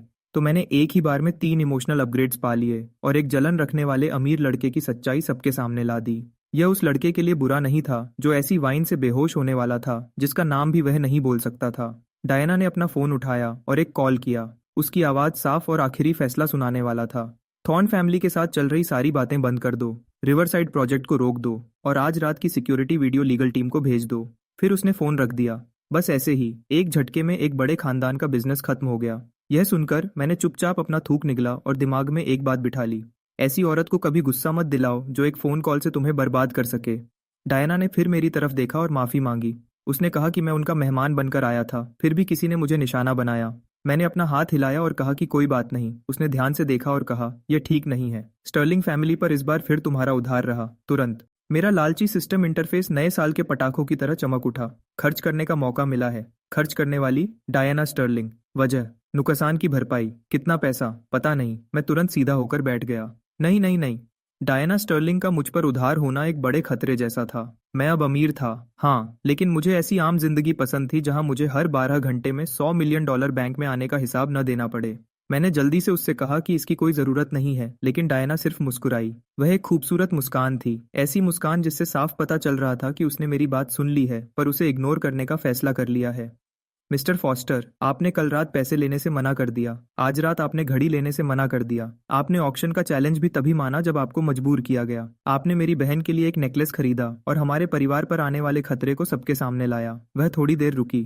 क्या आपको लगता है कि मैं अब भी आपको एक आम आदमी समझ सकती हूँ? मेरे पास कोई जवाब नहीं था, क्योंकि जब डायना ने ऐसे कहा तो मैं कोई बड़ा दिमाग वाला खिलाड़ी लग रहा था। सच तो यह था कि मैं बस एक किस्मत वाला बेवकूफ था जिसके पास कैशबैक सिस्टम था और बचने का दिमाग था। आखिर में डायना ने अपनी बात पूरी की और मुझे कल स्टर्लिंग ग्रुप के हेडक्वार्टर्स आने को कहा। ये क्या? मेरा दिल जोर से धड़का। मैंने पूछा क्यों? उसने कहा कि ये ढंग से माफी मांगने के लिए है। मैंने उससे कहा कि सिर्फ बोलकर माफी मांगना ही काफी है, लेकिन उसने जिद की कि नहीं, ये काफी नहीं है। क्लोई अचानक बोली और उसने अपनी बहन से कहा कि मुझे मत डराओ। डायना बस हंसी और उसने उसकी बात को इग्नोर कर दिया। उसने मुझे सुबह 10 बजे तैयार रहने को कहा। रेचल मुझे लेने आएगी। अचानक सिस्टम की आवाज आई। मिशन अपडेट हो गया है, स्टर्लिंग ग्रुप के हेडक्वार्टर्स जाओ। मिशन का इशारा। पैसा खर्च करने का बड़ा मौका मिला है। इनाम क्या मिलेगा पता नहीं। मैंने देखा डायना की तरफ, फिर क्लोई की तरफ और फिर खिड़की से बाहर शहर की रोशनियों की तरफ। आखिर में मैं मना भी नहीं कर सका, नहीं तो ये बहुत बदतमीजी होती। धूर्त। कल तक मैं इस बात से परेशान था कि क्या मैं रात के खाने का खर्चा उठा पाऊंगा या नहीं, लेकिन आज रात मैं एक बड़े अमीरों के ऑक्शन में गया, $5 मिलियन का नेकलेस खरीदा, नशे वाली शराब का सच सामने लाया और शहर की सबसे बड़ी कंपनी के हेडक्वार्टर्स जाने का न्योता मिला। मुझे लग रहा था कि कल का दिन और बुरा होगा, रुको, या शायद बेहतर होगा। इस अजीब सिस्टम के साथ इन दोनों बातों का एक ही मतलब लग रहा था। उस रात बाद में जब बेंटली मुझे मेरे हॉस्टल वापस ले जा रही थी, तभी मेरे फोन पर वाइब्रेशन हुई। यह क्लोई का मैसेज था। नेकलेस के लिए शुक्रिया। मैं मुस्कुराया और लिखा, मुझे वह शराब पीने से रोकने के लिए शुक्रिया। कुछ सेकंड्स बाद उसका अगला मैसेज आया, तुमने मुझे चिंता में डाल दिया था। मैं हैरान रह गया। शब्द आम थे, लेकिन क्लोई स्टर्लिंग की तरफ से आने पर यह ऑक्शन के हथौड़े से भी ज्यादा असर कर गए। इससे पहले कि मैं जवाब देता, एक और मैसेज आया, और हाँ, कल देर मत करना। मैंने अपनी आंखें झपकाई और लिखा, क्या तुम भी जा रही हो? क्लोई ने जवाब दिया, ये मेरे परिवार की कंपनी है, और जूलियन, अगर मेरी बहन तुम्हें कुछ दे तो मना करने से पहले ढंग से सोच लेना। मैंने थोड़ा सोचा और पूछा क्यों? उसका जवाब 10 सेकंड्स बाद आया, क्योंकि आखिरी आदमी जिसने उसे 3 बार मना किया था वह आखिर में उसका बिजनेस पार्टनर बन गया। मैं स्क्रीन को घूरता रहा जब बेंटली शहर की चमकती सड़कों से गुजर रही थी। डायना सच में बहुत अजीब है। अचानक मेरा सिस्टम इंटरफेस मेरे सामने धीरे से चमका। अभी का पैसा $65 मिलियन। बचा हुआ मिशन स्टर्लिंग ग्रुप हेडक्वार्टर्स। पास में काबिल लड़कियां, एक से ज्यादा। मैं लेदर सीट पर पीछे होकर बैठ गया और अपनी आंखें बंद कर ली। मैं सोच भी नहीं सकता था कि अगर डायना ने सच में मुझे कुछ बड़ा दे दिया तो मुझे कितना पैसा मिलेगा। मैं बस निकल गया, धीरे से। बोल्ट, मेरे टूटे हुए स्कूटर भाई, अगर तुम्हारी आत्मा मुझे अभी देख सकती तो मुझे उम्मीद है कि तुम एक बात समझ जाते। तुम्हारी कुर्बानी बेकार नहीं गई। तुम सिर्फ मरे नहीं हो, तुमने पैसे की एक बड़ी क्रांति शुरू कर दी है। अगली सुबह रेचल मुझे ठीक 9:45 पर लेने आई। इस बार एक चमकती हुई काली मेबच गाड़ी थी, सितारा। स्टर्लिंग ग्रुप का हेडक्वार्टर्स एक बहुत बड़ी इमारत थी जो ऐसी लगती थी जैसे आम लोगों को छोटा महसूस कराने के लिए बनाई गई हो। जब मैं कांच के दरवाजों से अंदर गया तो 2 दिन पहले के मेरे किराए के जूते एक पुरानी शर्मनाक याद जैसे लग रहे थे। आज मैंने वही चारकोल ग्रे सूट पहना था जो डायना ने मेरे लिए खरीदा था। रेचल मुझे एक प्राइवेट एलिवेटर की तरफ ले गई जो इतनी तेजी से सबसे ऊपर वाली फ्लोर पर गई कि मेरा दिमाग घूम गया। फिर दरवाजा एक पेंटहाउस ऑफिस के सामने खुला जहां देखकर ही लगता था कि यहां अरबों डॉलर के फैसले लिए जाते हैं। डायना स्टर्लिंग एक बड़ी लकड़ी की डेस्क के पीछे बैठी थी जो इतनी बड़ी थी कि उस पर हेलीकॉप्टर भी उतर सके। आज उसने एक बढ़िया काला सूट पहना था, बाल पीछे बंधे थे और वह बिल्कुल वैसी ही लग रही थी जिसके बारे में मेरे सिस्टम ने मुझे वार्निंग दी थी। लेकिन जब मैंने आसपास देखा तो क्लोई कहीं नहीं थी। मुझे लगा कि ऐसा जानबूझकर किया गया था। मिस्टर फॉस्टर, प्लीज बैठिए, डायना ने अपने सामने वाली लेदर चेयर की तरफ इशारा करते हुए कहा। मैं बैठ गया। कमरे में बहुत खामोशी थी। यह ऐसी खामोशी थी जिससे अमीर लोग सामने वाले को दबा देते हैं, लेकिन मेरे दिमाग को शांत रखने की ताकत की वजह से मैं वहां बिल्कुल आराम से बैठा रहा। डायना आगे की तरफ झुकी, उसकी आंखें सीधा मुझ पर थीं। आज उसके चेहरे पर कोई दोस्ती वाली मुस्कान नहीं थी। यह स्टर्लिंग ग्रुप की एक्टिंग प्रेसिडेंट थी। जूलियन, तुम एक रहस्य हो, उसने आराम से शुरू किया। तुम अचानक सामने आए हो, तुम्हारे परिवार के पास कोई पैसा नहीं दिखता, फिर भी तुम किसी बड़े खानदान के वारिस लगते हो। तुमने बिना सोचे एक नेकलेस पर $5 मिलियन खर्च कर दिए, और कल रात तुमने बड़ी आसानी से विक्टर थॉर्न का खेल खत्म कर दिया। यहाँ तक कि क्लोई भी तुमसे इम्प्रेस है। मेरी असिस्टेंट भी तुम्हारे बारे में कुछ पता नहीं लगा पा रही है। वह थोड़ी देर रुकी ताकि मैं उसकी बातों को समझ सकूं। लेकिन मुझे ऐसी अजीब चीजें पसंद नहीं है, खासकर अपनी बहन के पास। तुम एक ऐसी चीज हो जिसका कुछ पता नहीं, और मेरी दुनिया में ऐसी चीजें नुकसान पहुंचाती हैं। डायना ने अपनी डेस्क के ड्रॉअर से एक चेकबुक निकाली और उस पर एक नंबर लिखा। उसने चेक को फाड़ा और उसे टेबल पर मेरी तरफ सरका दिया। मैंने नीचे देखा और मेरे होश उड़ गए। पूरे $20 मिलियन। डायना ने बिल्कुल ठंडी आवाज में कहा, यह तुम्हारे यहाँ से जाने की कीमत है। अगर तुम कोई अमीर खानदान के लड़के हो जो कोई खेल खेल रहे हो तो इससे तुम्हारी बेइज्जती होगी और तुम अपना घमंड दिखाओगे। और अगर तुम कोई बड़े धोखेबाज हो जिसे अचानक लॉटरी लग गई है तो तुम इसे रख लोगे। जो भी हो, तुम क्लोई से दूर रहोगे और हमें दोबारा कभी नहीं दिखोगे। तभी अचानक मेरे सामने मेरा सिस्टम इंटरफेस खुल गया। डिंग, बड़ा खर्चा डिटेक्ट हुआ है। खर्चा करने वाला डायना स्टर्लिंग। मकसद, दूर जाने की कीमत। स्टेटस, अपनी मर्जी से दिया गया। Qualification, eligible. मैंने उसे घूर कर देखा। उस कागज के टुकड़े पर $20 मिलियन लिखे थे। मैं सोच भी नहीं सकता था कि मुझे सिस्टम से कितना बड़ा कैशबैक मिलने वाला है। कहानियों के ज्यादातर हीरो खड़े हो जाते, चेक को वापस फेंक देते और इज्जत पर एक बड़ा भाषण देकर वहां से चले जाते। सच कहूं तो 1 घंटे पहले मैं भी बिल्कुल ऐसा ही करता। मेरे बैंक अकाउंट में जब सिर्फ $70 मिलियन थे तभी मुझे नींद नहीं आ रही थी और अब $20 मिलियन के कैशबैक के बारे में सोचकर ही मुझे घबराहट होने लगती। लेकिन जैसे ही मैंने स्टर्लिंग ग्रुप के ऑफिस में कदम रखा, सब बदल गया। नीचे के घूमने वाले कांच के दरवाजे से अंदर आते ही मेरे दिमाग में नया मिला क्राइसिस परसेप्शन लेवल 1 किसी बड़े खतरे के सायरन की तरह बजने लगा। मेरा दिमाग बिल्कुल लाल हो चुका था। मेरे दिमाग में सिस्टम की वार्निंग्स लगातार चल रही थीं। वार्निंग, कंपनी पर कब्जा होने वाला है। अंदर से धोखा दिया जा रहा है। डायना और क्लोई स्टर्लिंग के लिए खतरा बहुत बड़ा है। देखने के लिए शुक्रिया। सिस्टम की वजह से मैं सिर्फ इन वार्निंग्स को देख नहीं रहा था बल्कि समझ भी रहा था। मैंने लॉबी के बोर्ड पर स्टर्लिंग ग्रुप के शेयर्स को तेजी से गिरते हुए देखा। मैंने वहां घूम रहे कुछ बड़े ऑफिसर्स के चेहरे पर एक अजीब सी खुशी देखी। थॉर्न फैमिली सिर्फ कल रात की बात पर गुस्सा नहीं थी, बल्कि वह बोर्ड ऑफ डायरेक्टर्स को अपने साथ मिला रही थी। वह डायना को उसकी पोस्ट से हटाने और दोनों बहनों को उनकी ही कंपनी से बाहर निकालने वाले थे। $70 मिलियन। इस शहर की सबसे बड़ी कंपनी की इस लड़ाई में $70 मिलियन तो चिल्लर के बराबर थे। उन्हें बचाने के लिए यह काफी नहीं था। इतने बड़े लोगों से लड़ने के लिए मुझे बहुत ज्यादा पैसे की जरूरत थी। इसलिए जब डायना ने $20 मिलियन का चेक टेबल पर मेरी तरफ सरका दिया और कहा कि यह क्लोई से दूर रहने की कीमत है तो मुझे बुरा नहीं लगा, बल्कि मुझे सुकून मिला। सिस्टम के नियम बिल्कुल पक्के थे। अगर कोई क्वालिफाइड लड़की मुझे अपनी मर्जी से पैसे देती तो मुझे कैशबैक मिलता, चाहे वह पैसे किसी स्कूटर के लिए हों, सूट के लिए हों या मुझे दूर जाने के लिए दिए गए हों। मैंने डायना की तरफ देखा। उसकी आंखें ठंडी थीं और वह मुझे परख रही थी। उसे लग रहा था कि मैं मना कर दूंगा। उसे उम्मीद थी कि कोई अमीर खानदान का लड़का अपना घमंड दिखाएगा, लेकिन मैंने ऐसा नहीं किया। मैंने आगे बढ़कर चेक उठाया, उसे ढंग से फोल्ड किया और अपने सूट की अंदर वाली जेब में रख लिया। मैं बिल्कुल नहीं घबराया और न ही मेरे चेहरे पर कोई गुस्सा दिखा। कंपोजर अंडर प्रेशर लेवल 1 की वजह से मेरा चेहरा बिल्कुल शांत था। डायना हैरान रह गई। उसकी आंखों का वह घमंड टूट गया और उसकी जगह एक गहरी निराशा ने ले ली। उसने बिल्कुल ठंडी आवाज में धीरे से कहा, तो आखिरकार तुम सिर्फ पैसे के पीछे भागने वाले निकले। एक बहुत अच्छे धोखेबाज, मैं मानती हूँ, लेकिन आखिर में सिर्फ एक लालची इंसान। वह नहीं ताकि वहीं रुक जाओ। डायना ने मेरे पीछे देखा, उस भारी लकड़ी के दरवाजे की तरफ जो उसके प्राइवेट रूम से जुड़ता था। तुम अब बाहर आ सकती हो क्लोई, डायना ने कहा। उसकी आवाज थोड़ी नर्म थी, जिसमें थोड़ा दुख और मैंने कहा था ना वाला भाव था। मेरा दिल बैठ गया। रूम का दरवाजा धीरे से खुला और क्लोई बाहर आई। आज उसके चेहरे पर वह पहले जैसा घमंड नहीं था। वह बिल्कुल टूटी हुई लग रही थी। उसकी निगाहें उस पॉकेट पर थीं जहां मैंने अभी अभी $20 मिलियन रखे थे। कल रात उसने जो थोड़ी सी दोस्ती दिखाई थी, वह लड़की जिसने मुझे स्कूटर दिलाया, मेरे हाथ पर पट्टी बांधी और कहा कि उसे मेरी चिंता होती है, वह सब अब खत्म हो चुका था। क्लोई, मैंने बोलना शुरू किया। मेरी आवाज कांप रही थी। मत बोलो, क्लोई ने बीच में ही रोक दिया। उसकी आवाज थोड़ी कांपी पर उसने खुद को संभालकर बिल्कुल सपाट आवाज में कहा, मेरी बहन सही कहती थी, हर किसी की एक कीमत होती है। तुम्हारी कीमत इस स्कूटर से थोड़ी ज्यादा थी। डायना खड़ी हो गई। उसका शरीर बिल्कुल अकड़ा हुआ था। तुम्हें तुम्हारे पैसे मिल गए हैं, अब तुम जा सकते हो मिस्टर फॉस्टर। और अगर मैंने तुम्हें दोबारा अपनी बहन के आसपास देखा तो मैं पक्का करूंगी कि तुम इस पैसे का 1 रुपया भी खर्च करने के लिए जिंदा ना बचो। मैंने आखिरी बार क्लोई को देखा। उसने अपना चेहरा घुमाया और मुझसे आंखें नहीं मिलाईं। मैंने अपने गले के दर्द को दबाया, उन्हें आदर से सिर हिलाया और कहा, शुक्रिया मिस स्टर्लिंग, आपका दिन अच्छा रहे। मैं घूमा और ऑफिस से बाहर निकल गया। जैसे ही वह भारी लकड़ी का दरवाजा मेरे पीछे बंद हुआ, मेरी कंपोजर अंडर प्रेशर स्किल खत्म हो गई और मैं गिरने ही वाला था। मेरे घुटने कमजोर हो गए और मुझे दीवार का सहारा लेना पड़ा। मैं कांप रहा था। मैं सच में कांप रहा था। तभी सिस्टम की घंटी की आवाज ने मेरे कान फाड़ दिए। होस्ट के अपनी इज्जत दांव पर लगाने के बदले बड़ा मल्टीप्लायर मिला है। कैशबैक मल्टीप्लायर 5 लाख गुना हो गया है।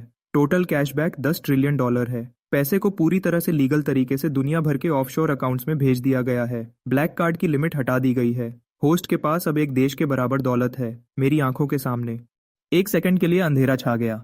$10 ट्रिलियन। अब मैं सिर्फ अमीर नहीं था, मेरे बैंक अकाउंट में कई देशों के बराबर पैसा था। मैं स्टर्लिंग ग्रुप को खरीद सकता था, उसे समुद्र में डुबा सकता था और मजाक के लिए उसे दोबारा खरीद सकता था। जैसे ही मैं लिफ्ट में गया, मेरे फोन पर एक नोटिफिकेशन आया, स्टर्लिंग ग्रुप के शेयर गिर गए हैं। थॉर्न के साथ मिले बोर्ड मेंबर्स वैंस और कोल ने आज एक्टिंग प्रेसिडेंट डायना स्टर्लिंग के खिलाफ वोट किया है। अपनी नई समझ से मैं न्यूज की सारी बातें समझ सकता था। स्टर्लिंग ग्रुप पर कब्जा होने ही वाला था।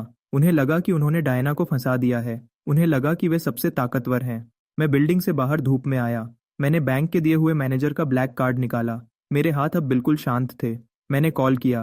पहली ही रिंग पर फोन उठ गया। मैं जूलियन फॉस्टर बोल रहा हूँ, मैंने बिल्कुल शांत आवाज में कहा। मुझे तुरंत एक नकली कंपनी बनानी है। टारगेट है स्टर्लिंग ग्रुप, खासकर डायरेक्टर वैंस और डायरेक्टर कोल के शेयर्स। दूसरी तरफ से बैंकर थोड़ा हिचकिचाया। मिस्टर फॉस्टर, सर, उन शेयर्स को बेचना आसान नहीं है। थॉर्न के लोग बोर्ड पर कब्जा कर रहे हैं। वे तब तक नहीं बेचेंगे जब तक उन्हें बहुत ज्यादा पैसा ना मिले। उन्हें मार्केट प्राइस से 400% ज्यादा ऑफर दो, मैंने कहा। मेरी फाइनेंशियल समझ मुझे एक एक शब्द बता रही थी। उन्हें कैश का ऐसा ऑफर दो जिसे वे मना ना कर सकें। उनके पास साइन करने के लिए सिर्फ 1 घंटा है, नहीं तो ऑफर खत्म हो जाएगा और मैं उनकी बाकी कंपनीज को बर्बाद कर दूंगा। 400%? सर, इसमें अरबों डॉलर लगेंगे। क्या हमारे पास तुरंत देने के लिए इतना पैसा है? मेरे पास 10 ट्रिलियन है, मैंने स्टर्लिंग ग्रुप की ऊंची बिल्डिंग को देखते हुए जवाब दिया। बोर्ड को खरीद लो, दोनों बहनों को बचाओ, यह काम अभी करो। अगले 4 दिन तक मैं अपने हॉस्टल के कमरे में ही रहा। टाइलर को लगा कि मैं उदास हूं क्योंकि मैं घंटों तक चुपचाप अपने फोन को घूरता रहता था। वह मुझे खुश करने के लिए एक सस्ती एनर्जी ड्रिंक भी लाया। उसे नहीं पता था कि मैं बिजनेस की दुनिया में एक शांति से चल रही बड़ी जंग को देख रहा था। बूढ़े लोगों के पास शराफत हो सकती है, पर उन्हें पैसा ज्यादा पसंद था। जब उन्हें मार्केट प्राइस से 300% ज्यादा कैश का ऑफर मिला तो वैंस और कोल ने चुपचाप अपने शेयर्स बेच दिए और थॉर्न फैमिली को धोखा दे दिया। वे सारे शेयर्स एक नकली कंपनी को ट्रांसफर कर दिए गए, मेरी नकली कंपनी को। फ्राइडे की दोपहर को स्टर्लिंग ग्रुप की मुश्किल सबसे ज्यादा बढ़ गई थी। मैंने अपना ब्लैक सूट पहना, खुद को शीशे में देखा और एक कैब बुलाई। अब वापस जाने का वक्त आ गया था। जब मैं स्टर्लिंग HQ के सबसे ऊपर वाले फ्लोर के बोर्डरूम में पहुंचा तो वहां का माहौल बहुत तनाव भरा था। शीशे की दीवारों से मैं डायना को एक बड़ी टेबल के सामने खड़े देख सकता था। वह बहुत थकी हुई लग रही थी और कुछ बूढ़े लोगों ने उसे घेर रखा था। विक्टर थॉर्न का बाप ऐसे मुस्कुरा रहा था जैसे किसी शिकारी ने अपने शिकार को घेर लिया हो, और खटखटाया। मैंने बस उस भारी शीशे के दरवाजे को धक्का देकर खोल दिया। कमरे में बैठे हर शख्स ने मेरी तरफ देखा।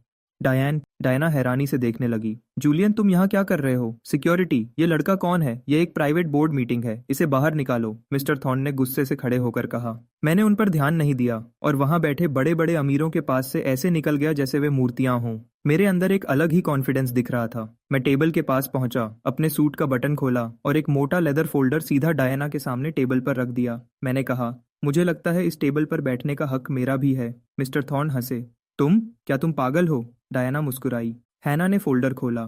उसने जल्दी जल्दी कानूनी पेपर्स, सिग्नेचर्स और ओनरशिप के पेपर्स को देखा। पूरे कमरे में सन्नाटा छा गया जब सबने देखा कि उसके चेहरे का रंग उड़ गया है और उसकी जगह एक अजीब से डर और हैरानी ने ले ली है। वैंस, कोल, डायना ने टेबल पर 2 खाली कुर्सियों को देखते हुए धीरे से कहा, उन्होंने बेच दिया सब कुछ, स्टर्लिंग ग्रुप का 15%। मिस्टर थॉर्न हैरान रह गए। किसे बेचा? डायना ने धीरे से अपनी नजर मेरी तरफ उठाई। इस लड़के को। बोर्डरूम में हंगामा शुरू हो गया। थॉर्न चिल्लाने लगा और पूछने लगा कि एक कॉलेज का लड़का 48 आवर्स में इतने सारे बिलियंस कैश कैसे खर्च कर सकता है। लेकिन मैं बस वहां खड़ा रहा और अपने ब्लैक सूट में बिल्कुल शांत दिख रहा था, जबकि बाकी सब परेशान थे। वह मुझे घूर रही थी और उसका दिमाग ऐसी बातें सोच रहा था जो सच नहीं थीं। उसके दिमाग में अब पूरी कहानी साफ थी। मैंने $20 मिलियन का चेक इसलिए नहीं लिया था क्योंकि मैं लालची था। मैंने उसे बस उनका ध्यान भटकाने के लिए लिया था। मैंने एक लालची धोखेबाज का नाटक किया ताकि वह बेफिक्र हो जाए, जबकि मैं चुपके से अपने खुद के ढेर सारे पैसों से उसकी कंपनी को थॉर्न फैमिली से बचाने के लिए शेयर्स खरीद रहा था। मैं एक बहुत ही चालाक और दिमाग वाला मास्टरमाइंड था। वह खड़ी हुई और अपना एक हाथ उठाकर पूरे कमरे को शांत कर दिया। उसने मिस्टर थॉर्न की तरफ देखा। ऐसा लगता है रिचर्ड कि अब तुम्हारे पास वोटिंग पावर नहीं बची है। सच तो यह है कि अब तुम्हारी कोई जरूरत नहीं है। थॉर्न गुस्से से लाल हो गया, अपना ब्रीफकेस पैक किया और मुझे बुरा भला कहते हुए बाहर निकल गया। बाकी बोर्ड मेंबर्स मुझे ऐसे देख रहे थे जैसे मैं कोई बहुत बड़ा खतरा हूँ। 10 मिनट्स के अंदर मीटिंग खत्म हो गई। कमरा खाली हो गया और सिर्फ डायना और मैं बचे। उसने फोल्डर को देखा, फिर मेरी तरफ देखा। उसका चेहरा एक्साइटमेंट से लाल हो रहा था। तुमने मेरे 20 मिलियन लिए, उसने धीरे से कहा, सिर्फ मुझे यह दिखाने के लिए कि तुम चले गए हो, और फिर तुमने मेरे दुश्मनों को ही खरीद लिया।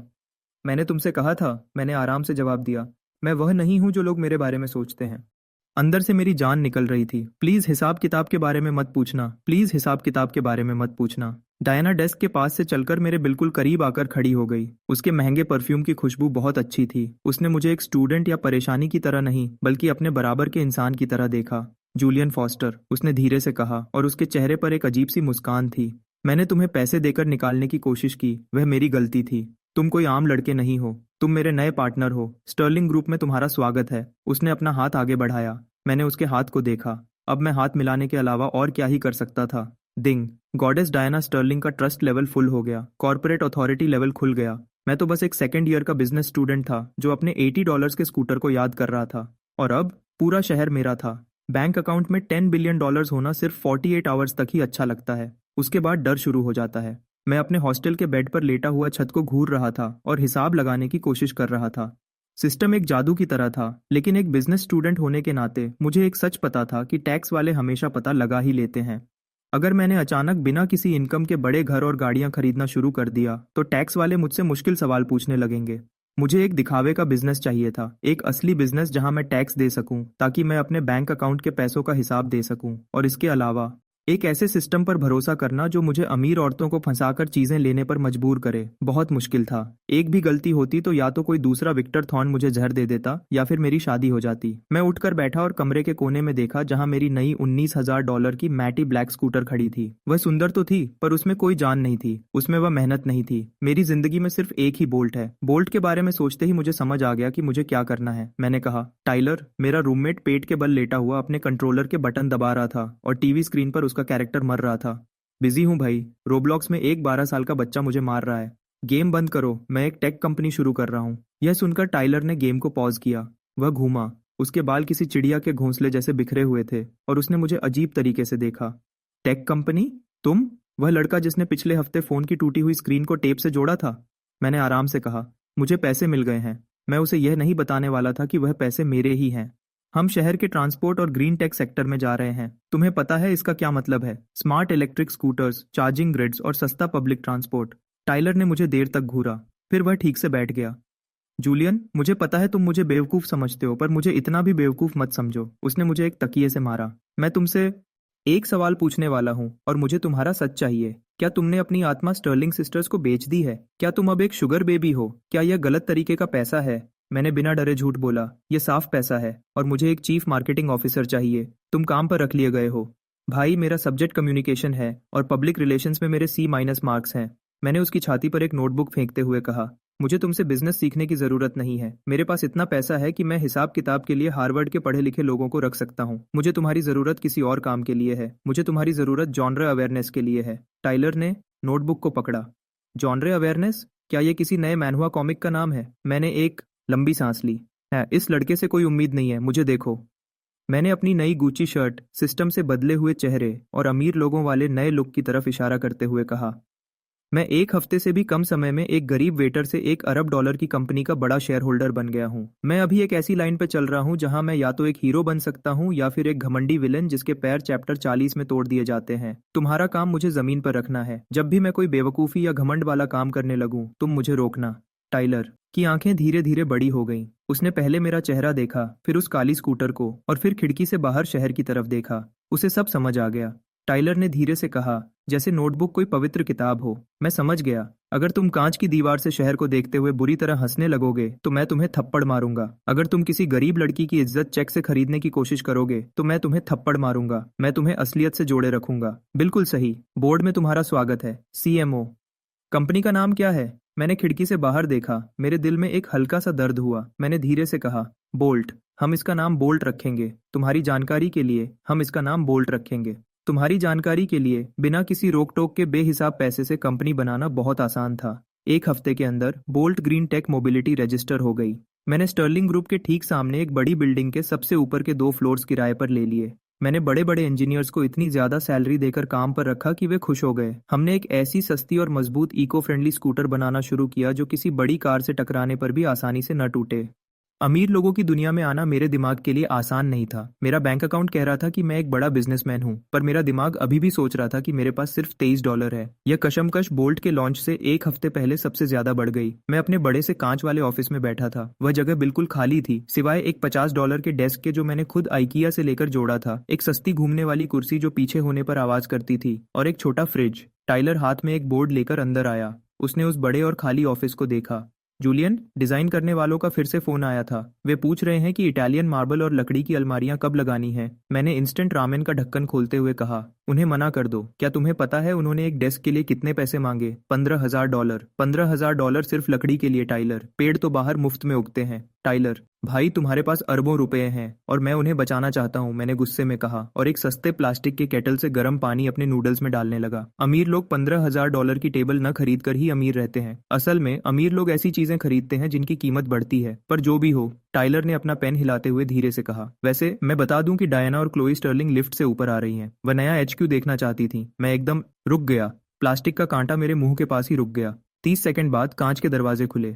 डायना अंदर आई। उसने एक सुंदर नेवी पैंट सूट पहना था और वह बहुत ही कॉन्फिडेंस में लग रही थी। क्लोई उसके पीछे एक सुंदर सफेद ड्रेस में आई। उसकी ठंडी निगाहें पूरे खाली ऑफिस पर घूमी और फिर मुझ पर आकर रुक गईं। डायना कमरे के बीच में रुक गई। उसने खाली सीमेंट के फर्श को देखा, उसने खुली हुई छत को देखा, उसने मेरे $50 के सस्ते आइकिया डेस्क को देखा, और आखिर में मेरे हाथ में गर्म इंस्टेंट रामेन के कप को देखा। जूलियन, डायना ने धीरे से कहा। उसकी आवाज में हैरानी थी। यह क्या है? टाइलर आगे बढ़ा। वह मेरी इस गरीब जैसी हालत का कोई बहाना बनाने ही वाला था, लेकिन उसके बोलने से पहले ही मेरी अजीब शक्ति ने काम किया। मैंने कप नूडल्स को सस्ते डेस्क पर रख दिया। मैंने डायना की आंखों में आंखें डालकर देखा। मेरा चेहरा एकदम शांत और सीरियस था। मैंने कहा, डायना, यह दिमाग की शांति है। एना ने अपनी आंखें झपकाईं। दिमाग की शांति? उस खिड़की से बाहर देखो। मैंने फाइनेंशियल डिस्ट्रिक्ट की ऊंची इमारतों की तरफ इशारा करते हुए कहा।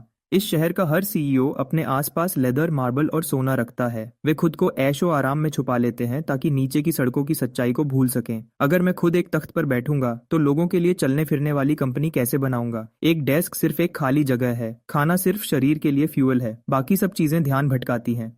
कमरे में एक सन्नाटा छा गया। टाइलर ने तो अपना मुंह भी बंद कर लिया और अपना चेहरा घुमाया ताकि कोई उसे हंसते हुए न देख ले। डायना मुझे घूरती रही। उसने सस्ते प्लास्टिक के केटल, आवाज करने वाली कुर्सी और इंस्टेंट नूडल्स को देखा। उसकी आंखों की हैरानी अब धीरे धीरे खत्म हो गई और उसकी जगह एक गहरी इज्जत ने ले ली। तुम?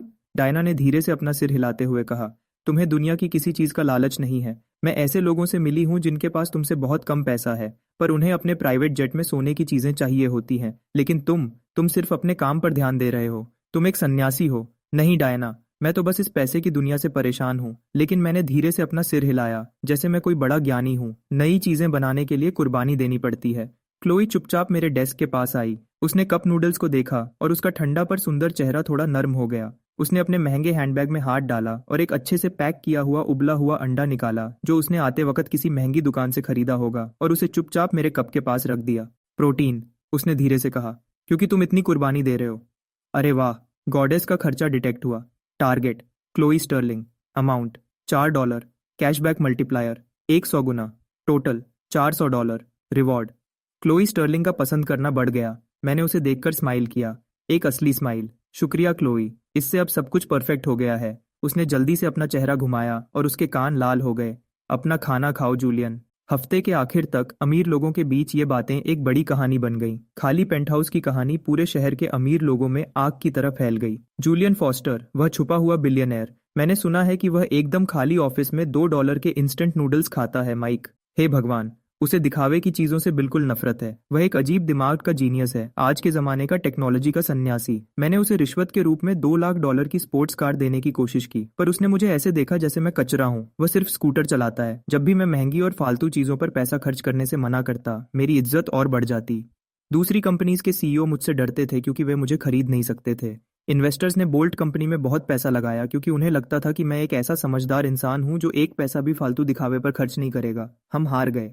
3 महीने बाद बोल्ट स्कूटर्स की पहली बैच आई। वे देखने में बहुत अच्छे, मैटे ब्लैक, धूप से चार्ज होने वाले और कभी न टूटने वाले थे। पूरा शहर उनके पीछे पागल हो गया। मैं अपने खाली पेंटहाउस की बालकनी में खड़ा था और नीचे यूनिवर्सिटी कैंपस में स्टूडेंट्स को लाइन से बोल्ट स्कूटर्स चलाते हुए देख रहा था। टाइलर मेरे पास आया और उसने मुझे एक सस्ती लोकल ब्रांड की कोला दी। पहले ही दिन स्टॉक की कीमत 300% बढ़ गई है। टाइलर ने अपनी कैन खोलते हुए कहा, हम सच में ये कर रहे हैं। तुम सच में एक बड़े टेक टाइटन बन गए हो। और मुझे दूसरे परेशान सीईओज की तरह कुछ फालतू नहीं करना पड़ा। मैंने एक घूंट लेते हुए कहा। तुम कल इसके बहुत करीब थे, टाइलर ने याद दिलाया। जब तुमने उस इन्वेस्टर से कहा कि पैसा सिर्फ सच्चाई को बदलने का एक जरिया है, तो मेरा दिल किया कि मैं तुम्हारे सिर पर स्टेपलर मार दूं। मुझे हंसी आई। हवा चल रही थी और शहर का शोर हम तक आ रहा था। मेरे पास अभी भी वह सिस्टम था, मेरे पास बहुत सारा पैसा था, और अभी भी बड़े बड़े अमीर लोग मेरी सस्ती आदतों को समझने की कोशिश कर रहे थे। लेकिन नीचे सड़कों पर उन छोटे काले स्कूटर्स को तेजी से चलते हुए देखकर मुझे कुछ अलग महसूस हुआ। मैं अब सिर्फ इस कहानी में जी नहीं रहा था, बल्कि मैं खुद इस कहानी को लिख रहा था। ट्रिलियनेयर बनने के 6 महीने बाद यूनिवर्सिटी ने मुझे प्यार से बताया कि मैं अब एक आम 2 लोगों वाले हॉस्टल के कमरे में नहीं रह सकता। शायद हॉस्टल के बाहर खड़ी सुरक्षित एसयूवीज की लाइन से पढ़ाई के माहौल में खलल पड़ रहा था। टाइलर बहुत खुश था। उसने तुरंत ही महंगे पेंटहाउसेस देखना शुरू कर दिया। दूसरी तरफ मैं बहुत दुखी था। मैंने पहले ही पूरे सेमेस्टर की हॉस्टल फीस दे दी थी। वक्त से पहले वहां से निकलना मेरी आत्मा को चोट पहुंचाने जैसा था। आखिर में मैंने थोड़ा समझौता किया। मैंने बोल्ड ग्रीन टेक के ऑफिस से 10 मिनट की दूरी पर एक छोटा सा 3 कमरों का अपार्टमेंट खरीद लिया। टाइलर ने बड़ा कमरा ले लिया क्योंकि उसका कहना था कि मेरा काम तुम्हारे पागलपन को आराम से बैठकर देखना है। घर बदलने का दिन एक बारिश वाले शनिवार को आया।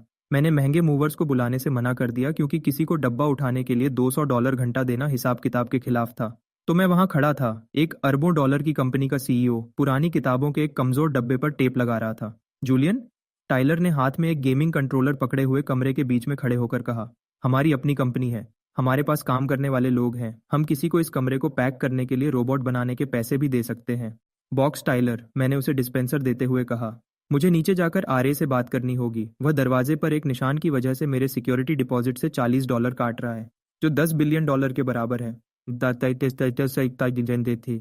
यह उसूल की बात है। मैं चिल्लाया और बाहर चला गया। मैं पूरे 15 मिनट तक बाहर रहा। मैंने $40 के फाइन को कम करवाकर $12 करवा लिया। मैं खुशी खुशी वापस आ रहा था, तभी मैंने देखा कि मेरे कमरे का दरवाजा खुला था। मैं अंदर गया। टाइलर वहां नहीं था, शायद बाथरूम में छुपा था। लेकिन कमरे के बीच में क्लोई खड़ी थी। उसने एक लंबा और सुंदर कोट पहना था। वह बिल्कुल एक मॉडल जैसी लग रही थी जो गलती से स्टूडेंट हॉस्टल में आ गई हो। वह हमारे लिए लंच लेकर आई थी। एक महंगे रेस्टोरेंट का बैग मेरे बेड पर रखा था, लेकिन क्लोई लंच को नहीं देख रही थी। उसके हाथ में एक सस्ती पुरानी नोटबुक थी और एक कागज का टुकड़ा था जो एक डिब्बे से गिरा था, जिस पर सर्वाइवल लिखा था। मैं वहीं जम गया। मैं उस कागज को पहचानता था। वह 22 जून का मेरा बैंक स्टेटमेंट था, नए स्टूडेंट्स की पार्टी से ठीक एक दिन पहले का। ठीक एक दिन पहले जब उसने अपनी पोर्शे कार मेरे $80 के स्कूटर में मार दी थी। क्लोई की आंखें उस कागज पर टिकी थीं और उसके हाथ थोड़े कांप रहे थे।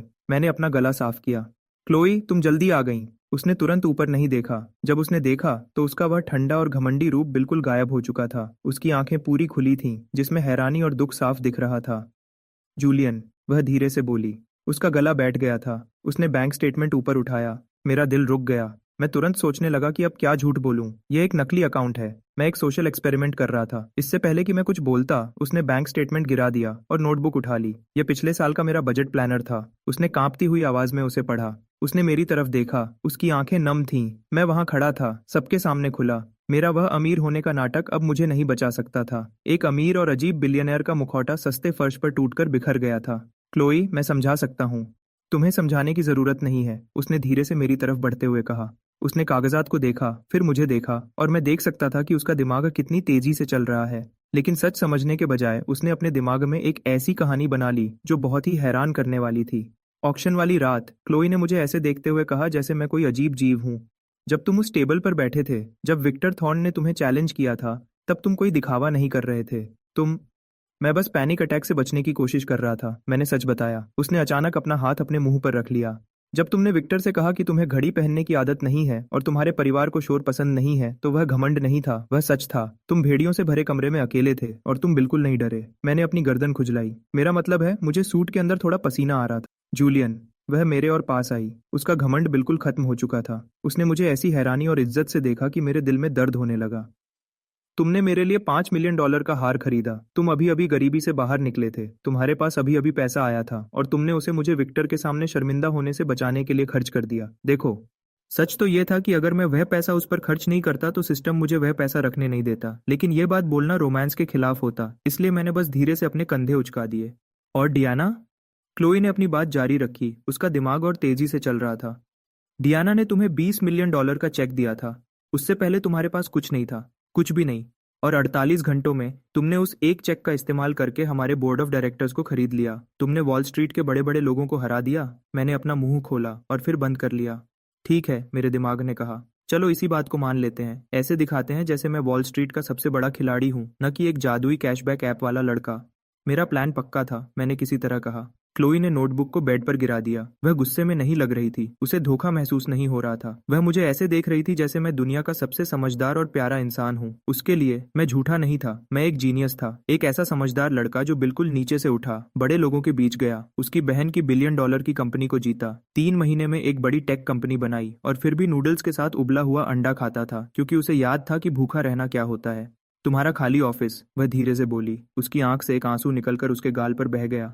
वह सस्ता डेस्क। तुम सिर्फ अजीब नहीं हो जूलियन, तुम जमीन से जुड़े हुए हो। तुम कभी नहीं भूले कि तुम कहाँ से आए। अचानक वह आगे बढ़ी और उसने मुझे गले लगा लिया। मैं बिल्कुल जम गया। मेरे हाथ हवा में अजीब तरीके से खड़े रहे। कैंपस की सबसे सुंदर लड़की, वह अमीर लड़की जिससे बड़े बड़े लोग डरते थे, वह मुझे गले लगा रही थी। उसमें से महंगे जैस्मिन और बारिश जैसी खुशबू आ रही थी।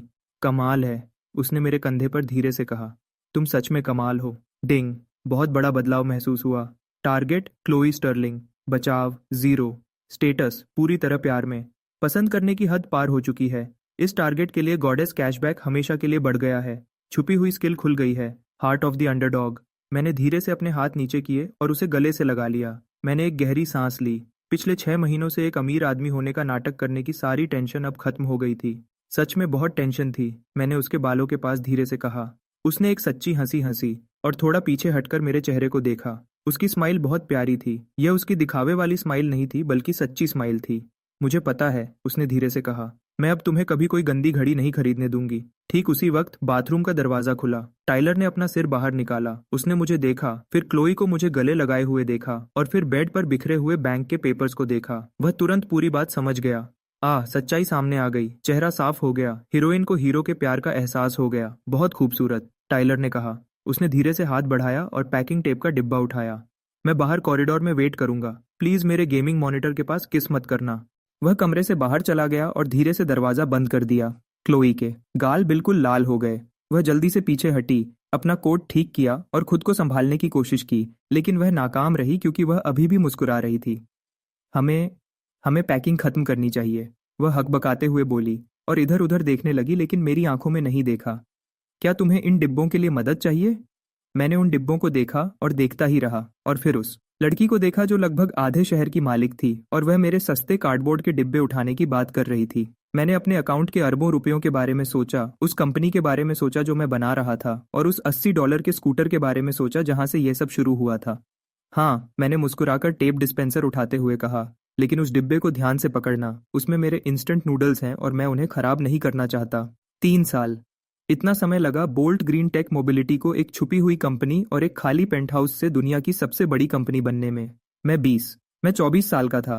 मेरे बैंक अकाउंट में इतने पैसे थे कि किसी का भी दिमाग घूम जाए। अब मेरे पास सच में अच्छा फर्नीचर था, और मैंने $2 मिलियन की एक भी घड़ी खरीदने से खुद को बचा लिया था। जिंदगी बिल्कुल परफेक्ट थी। मैं एक फ्राइडे की शाम को अपने ऑफिस में बैठा था और अपने सस्ते से डेस्क पर रखे एक छोटे से वेलवेट के डिब्बे को घूर रहा था। उसके अंदर एक हीरे की अंगूठी थी। मैंने इसे खुद चुना था, और अपनी जिंदगी में पहली बार मैंने इसकी कीमत तक नहीं देखी थी। मैं आज रात क्लोई को प्रपोज करने वाला था, लेकिन जैसे ही मैंने डिब्बे की तरफ हाथ बढ़ाया, मेरे सामने की हवा अचानक चमकने लगी। 1 साल से भी ज्यादा समय में पहली बार सिस्टम इंटरफेस अचानक खुल गया, लेकिन इस बार वह आम नीला टेक्स्ट नहीं था। स्क्रीन एक चमकदार सुनहरे रंग में चमक रही थी। आखिरी बड़ा मुकाम पूरा हुआ। आखिरी टास्क शुरू हो गया है। सबसे बड़ा खजाना। Target Maria 99। Score goddess. Target सामने है। Diana Sterling. इनाम कभी न खत्म होने वाली दौलत और सिस्टम पर हमेशा के लिए पूरा कंट्रोल। मना करने पर सिस्टम हमेशा के लिए बंद हो जाएगा। अभी की सारी दौलत आपके पास रहेगी, लेकिन होस्ट हमेशा के लिए सिस्टम के सारे काम और आने वाले कैशबैक खो देगा। कृपया अपना फैसला करें। मैंने धीरे से अपना हाथ वेलवेट बॉक्स से पीछे खींच लिया। मैंने हवा में तैरते हुए सुनहरे शब्दों को घूरा। Mary Diana. मैंने एक लंबी और थकी हुई सांस ली। डायना स्टर्लिंग एक बहुत ही ताकतवर, समझदार और बेहद खूबसूरत औरत थी। वह एक बेहतरीन बिजनेस पार्टनर और बिजनेस की दुनिया की एक बड़ी खिलाड़ी थी। लेकिन सिस्टम को इस सबसे कोई मतलब नहीं था। सिस्टम को इससे कोई फर्क नहीं पड़ता था कि मैं और डायना एक दूसरे की इज्जत करते हैं और बिजनेस में धूम मचाना चाहते हैं। सिस्टम को सिर्फ नंबर्स से मतलब था। उसने क्लोई के 97 और डायना के 99 को देखा, हिसाब लगाया और फैसला किया कि 99 सबसे ज्यादा फायदे का रास्ता है। वह सिर्फ एक कैलकुलेटर था। एक ठंडा, लालची और जादुई कैलकुलेटर। मैं अपनी आवाज करने वाली ऑफिस चेयर पर पीछे हो गया। यह अकेला फर्नीचर था जिसे मैंने बदलने से मना कर दिया था। कभी न खत्म होने वाली दौलत, यह सबसे बड़ा लालच था। ऐसी ताकत जो किसी भी इंसान को पागल कर दे। लेकिन वहां बैठे हुए मैंने उस पहले साल के बारे में सोचा जब मुझे यह सिस्टम मिला था। मुझे याद आया जब मैं भूखा मर रहा था और इसने मेरी जिंदगी में सिर्फ मेरे आईब्राउज को ठीक करने और एक गुस्से वाले डॉक्टर की तरह स्क्रब लगाने की सलाह देने के अलावा कुछ नहीं किया था। क्या पता इस बेहिसाब दौलत के पीछे कोई चालाकी हो। क्या पता आगे चलकर सिस्टम खराब हो जाए और मुझसे छोटे देश खरीदने को कहे या किसी 100 स्कोर वाली एलियन से शादी करने को कहे। मैंने पिछले 3 साल एक असली कंपनी बनाने, सच्चे रिश्ते बनाने और एक ऐसी लड़की से टूटकर प्यार करने में बिताए हैं जिसने मेरे बैंक अकाउंट में सिर्फ $23 देखकर भी मुझे एक सुपर हीरो की तरह देखा था। मेरे पास सब कुछ था, एक असली कंपनी, एक पक्का दोस्त जो मुझे संभालता था, और क्लोई। मैं एक खराब सॉफ्टवेयर के चक्कर में अपनी इस असली और प्यारी जिंदगी को दांव पर नहीं लगाने वाला था। मैंने सीधा उस सुनहरी स्क्रीन की तरफ देखा। तुम एक बेकार डॉक्टर थे, मैंने जोर से कहा, और तुम उससे भी बुरे मैच मेकर हो। डिक्लाइन। चेतावनी, यह फैसला बदला नहीं जा सकता। क्या आपको पूरा यकीन है? मैंने कभी अपनी जिंदगी में किसी चीज को लेकर इतना श्योर नहीं था। डिक्लाइन। मेरा मकसद एक बेहतर इंसान बनना है। सुनहरी रोशनी तेजी से चमकी जिसने पूरे ऑफिस को रोशन कर दिया, और फिर मेरे दिमाग में एक आखिरी आवाज गूंजी। इस बार यह किसी कैश रजिस्टर जैसी नहीं थी। ये ऐसी थी जैसे कोई दरवाजा धीरे से बंद हो रहा हो। डिंग। आखिरी फैसला दर्ज हो गया है। सिस्टम हमेशा के लिए अनइंस्टॉल हो रहा है। अलविदा जूलियन फॉस्टर। रोशनी के छोटे छोटे टुकड़ों में बिखरकर सब कुछ गायब हो गया। मैं एक पूरे मिनट तक खामोशी से बैठा रहा। मैंने सोचा मुझे घबराहट होगी। मैंने सोचा कि अपना चीट कोड खोने का डर मुझे सताएगा, लेकिन ऐसा कुछ नहीं हुआ। बल्कि मेरे सीने से एक बहुत बड़ा बोझ उतर गया। मैं अब कोई होस्ट नहीं था, मैं सिर्फ जूलियन था। मैंने वेलवेट बॉक्स उठाया, उसे अपनी जेब में रखा और अपनी सपनों की लड़की से शादी के लिए पूछने चला गया। 1 साल बाद स्टर्लिंग ग्रैंड होटल ने कभी ऐसा कोई फंक्शन नहीं देखा था। बॉलरूम को सफेद गुलाबों, झाड़ फानूस और हल्की सुनहरी रोशनी से सजा दिया गया था। यह इस दशक का सबसे बड़ा इवेंट था। मैं खुलिस्तानी कैमरे से आल्टर पर एक ब्लैक टक्सीडो पहने खड़ा था। मेरा दिल बहुत तेजी से धड़क रहा था, और तभी दरवाजे खुले और क्लोई चलते हुए आई। वह गुस्से वाली लड़की नहीं थी जिससे मैं पहली बार मिला था। उसकी स्माइल बहुत प्यारी, चमकदार और सिर्फ मेरे लिए थी। जब उसने मेरा हाथ पकड़ा तो उसकी उंगलियां थोड़ी कांप रही थीं, और मैंने उन्हें दबाकर उसे हौसला दिया, बिल्कुल वैसे ही जैसे वह मुझे संभालती थी। शादी की रस्में, अंगूठियां और तालियां सब जल्दी जल्दी हो गया, लेकिन रिसेप्शन में मुझे अपनी असली जिंदगी का एहसास हुआ। टाइलर ने एक चम्मच से अपने ग्लास को बजाया और बड़ी टेबल पर खड़ा हो गया। उसने एक टक्सीडो पहना था जिस पर उसने पहले 5 मिनट में ही शैंपेन की एक बूंद गिरा दी थी। देवियों, सज्जनों और अमीर लोगों जिनकी दौलत के बारे में सोचने से भी मुझे डर लगता है, टाइलर ने अपना माइक ठीक करते हुए शुरू किया। मैं दूल्हे का सबसे अच्छा दोस्त हूँ, और मैं बोल्ड ग्रीन टेक का चीफ मार्केटिंग ऑफिसर भी हूँ। और ये नौकरी मुझे सिर्फ इसलिए मिली क्योंकि जूलियन को एक ऐसे बंदे की जरूरत थी जो उसे बता सके कि कब वह एक गुंडे की तरह बिहेव कर रहा है। पूरे बॉलरूम में हंसी गूंज उठी। सामने की एक टेबल पर डायना स्टर्लिंग ने धीरे से अपनी वाइन की चुस्की ली और उसके चेहरे पर एक प्यारी सी स्माइल आ गई। मैं पहली बार जूलियन फॉस्टर से मिला। वह 50 सेंट वाली सस्ती नूडल्स खा रहा था और एक $80 के टेप लगे इलेक्ट्रिक स्कूटर को ऐसे संभाल रहा था जैसे वह उसका पहला बच्चा हो। टाइलर मेरी तरफ इशारा करता रहा। फिर मेरी सुंदर नई भाभी क्लोई ने उस स्कूटर के ऊपर पोर्शे कार चढ़ा दी। और जूलियन, उसने उस टूटे हुए स्कूटर को देखा और सोचा, मुझे इससे एक बेडी डीडी दुनिया भर की कंपनी बनानी चाहिए। टाइलर रे। मैं पहले सोचता था कि जूलियन किसी बिजनेस फिल्म का हीरो है। फिर मुझे समझ आया कि वह तो बस एक आम लव स्टोरी का लड्डिड्डका है जो गलती से बहुत बहुत अमीर हो गया। जूलियन और क्लोई के लिए भगवान करे आपका प्यार जूलियन की कंजूसी की तरह कभी न टूटने वाला हो। पूरे कमरे में आवाज गूंजी। मैं चला गया। मैं हंसा और अपना हाथ क्लोई की कमर पर रख दिया। उसने अपना सिर मेरे कंधे पर टिका दिया। उसकी आंखें चमक रही थीं। वह सही कह रहा है, उसने धीरे से कहा। सुपर विलन वाली बात? मैंने पूछा। स्कूटर वाली बात? वह मुस्कुराई और हॉल के बीच में इशारा किया। वहां एक मजबूत मार्बल के पत्थर पर शीशे के अंदर बंद हमारी शादी की सबसे खास चीज रखी थी। वह कोई बर्फ की मूर्ति नहीं थी, न ही फूलों का पहाड़ था। वह उस पुराने बोल्ट स्कूटर का एक जंग लगा और टूटा हुआ शीशा था जिसे अच्छे से ठीक किया गया था। वह $80 का स्कूटर जो मेरे लिए खत्म हो गया था ताकि मैं जी सकूं।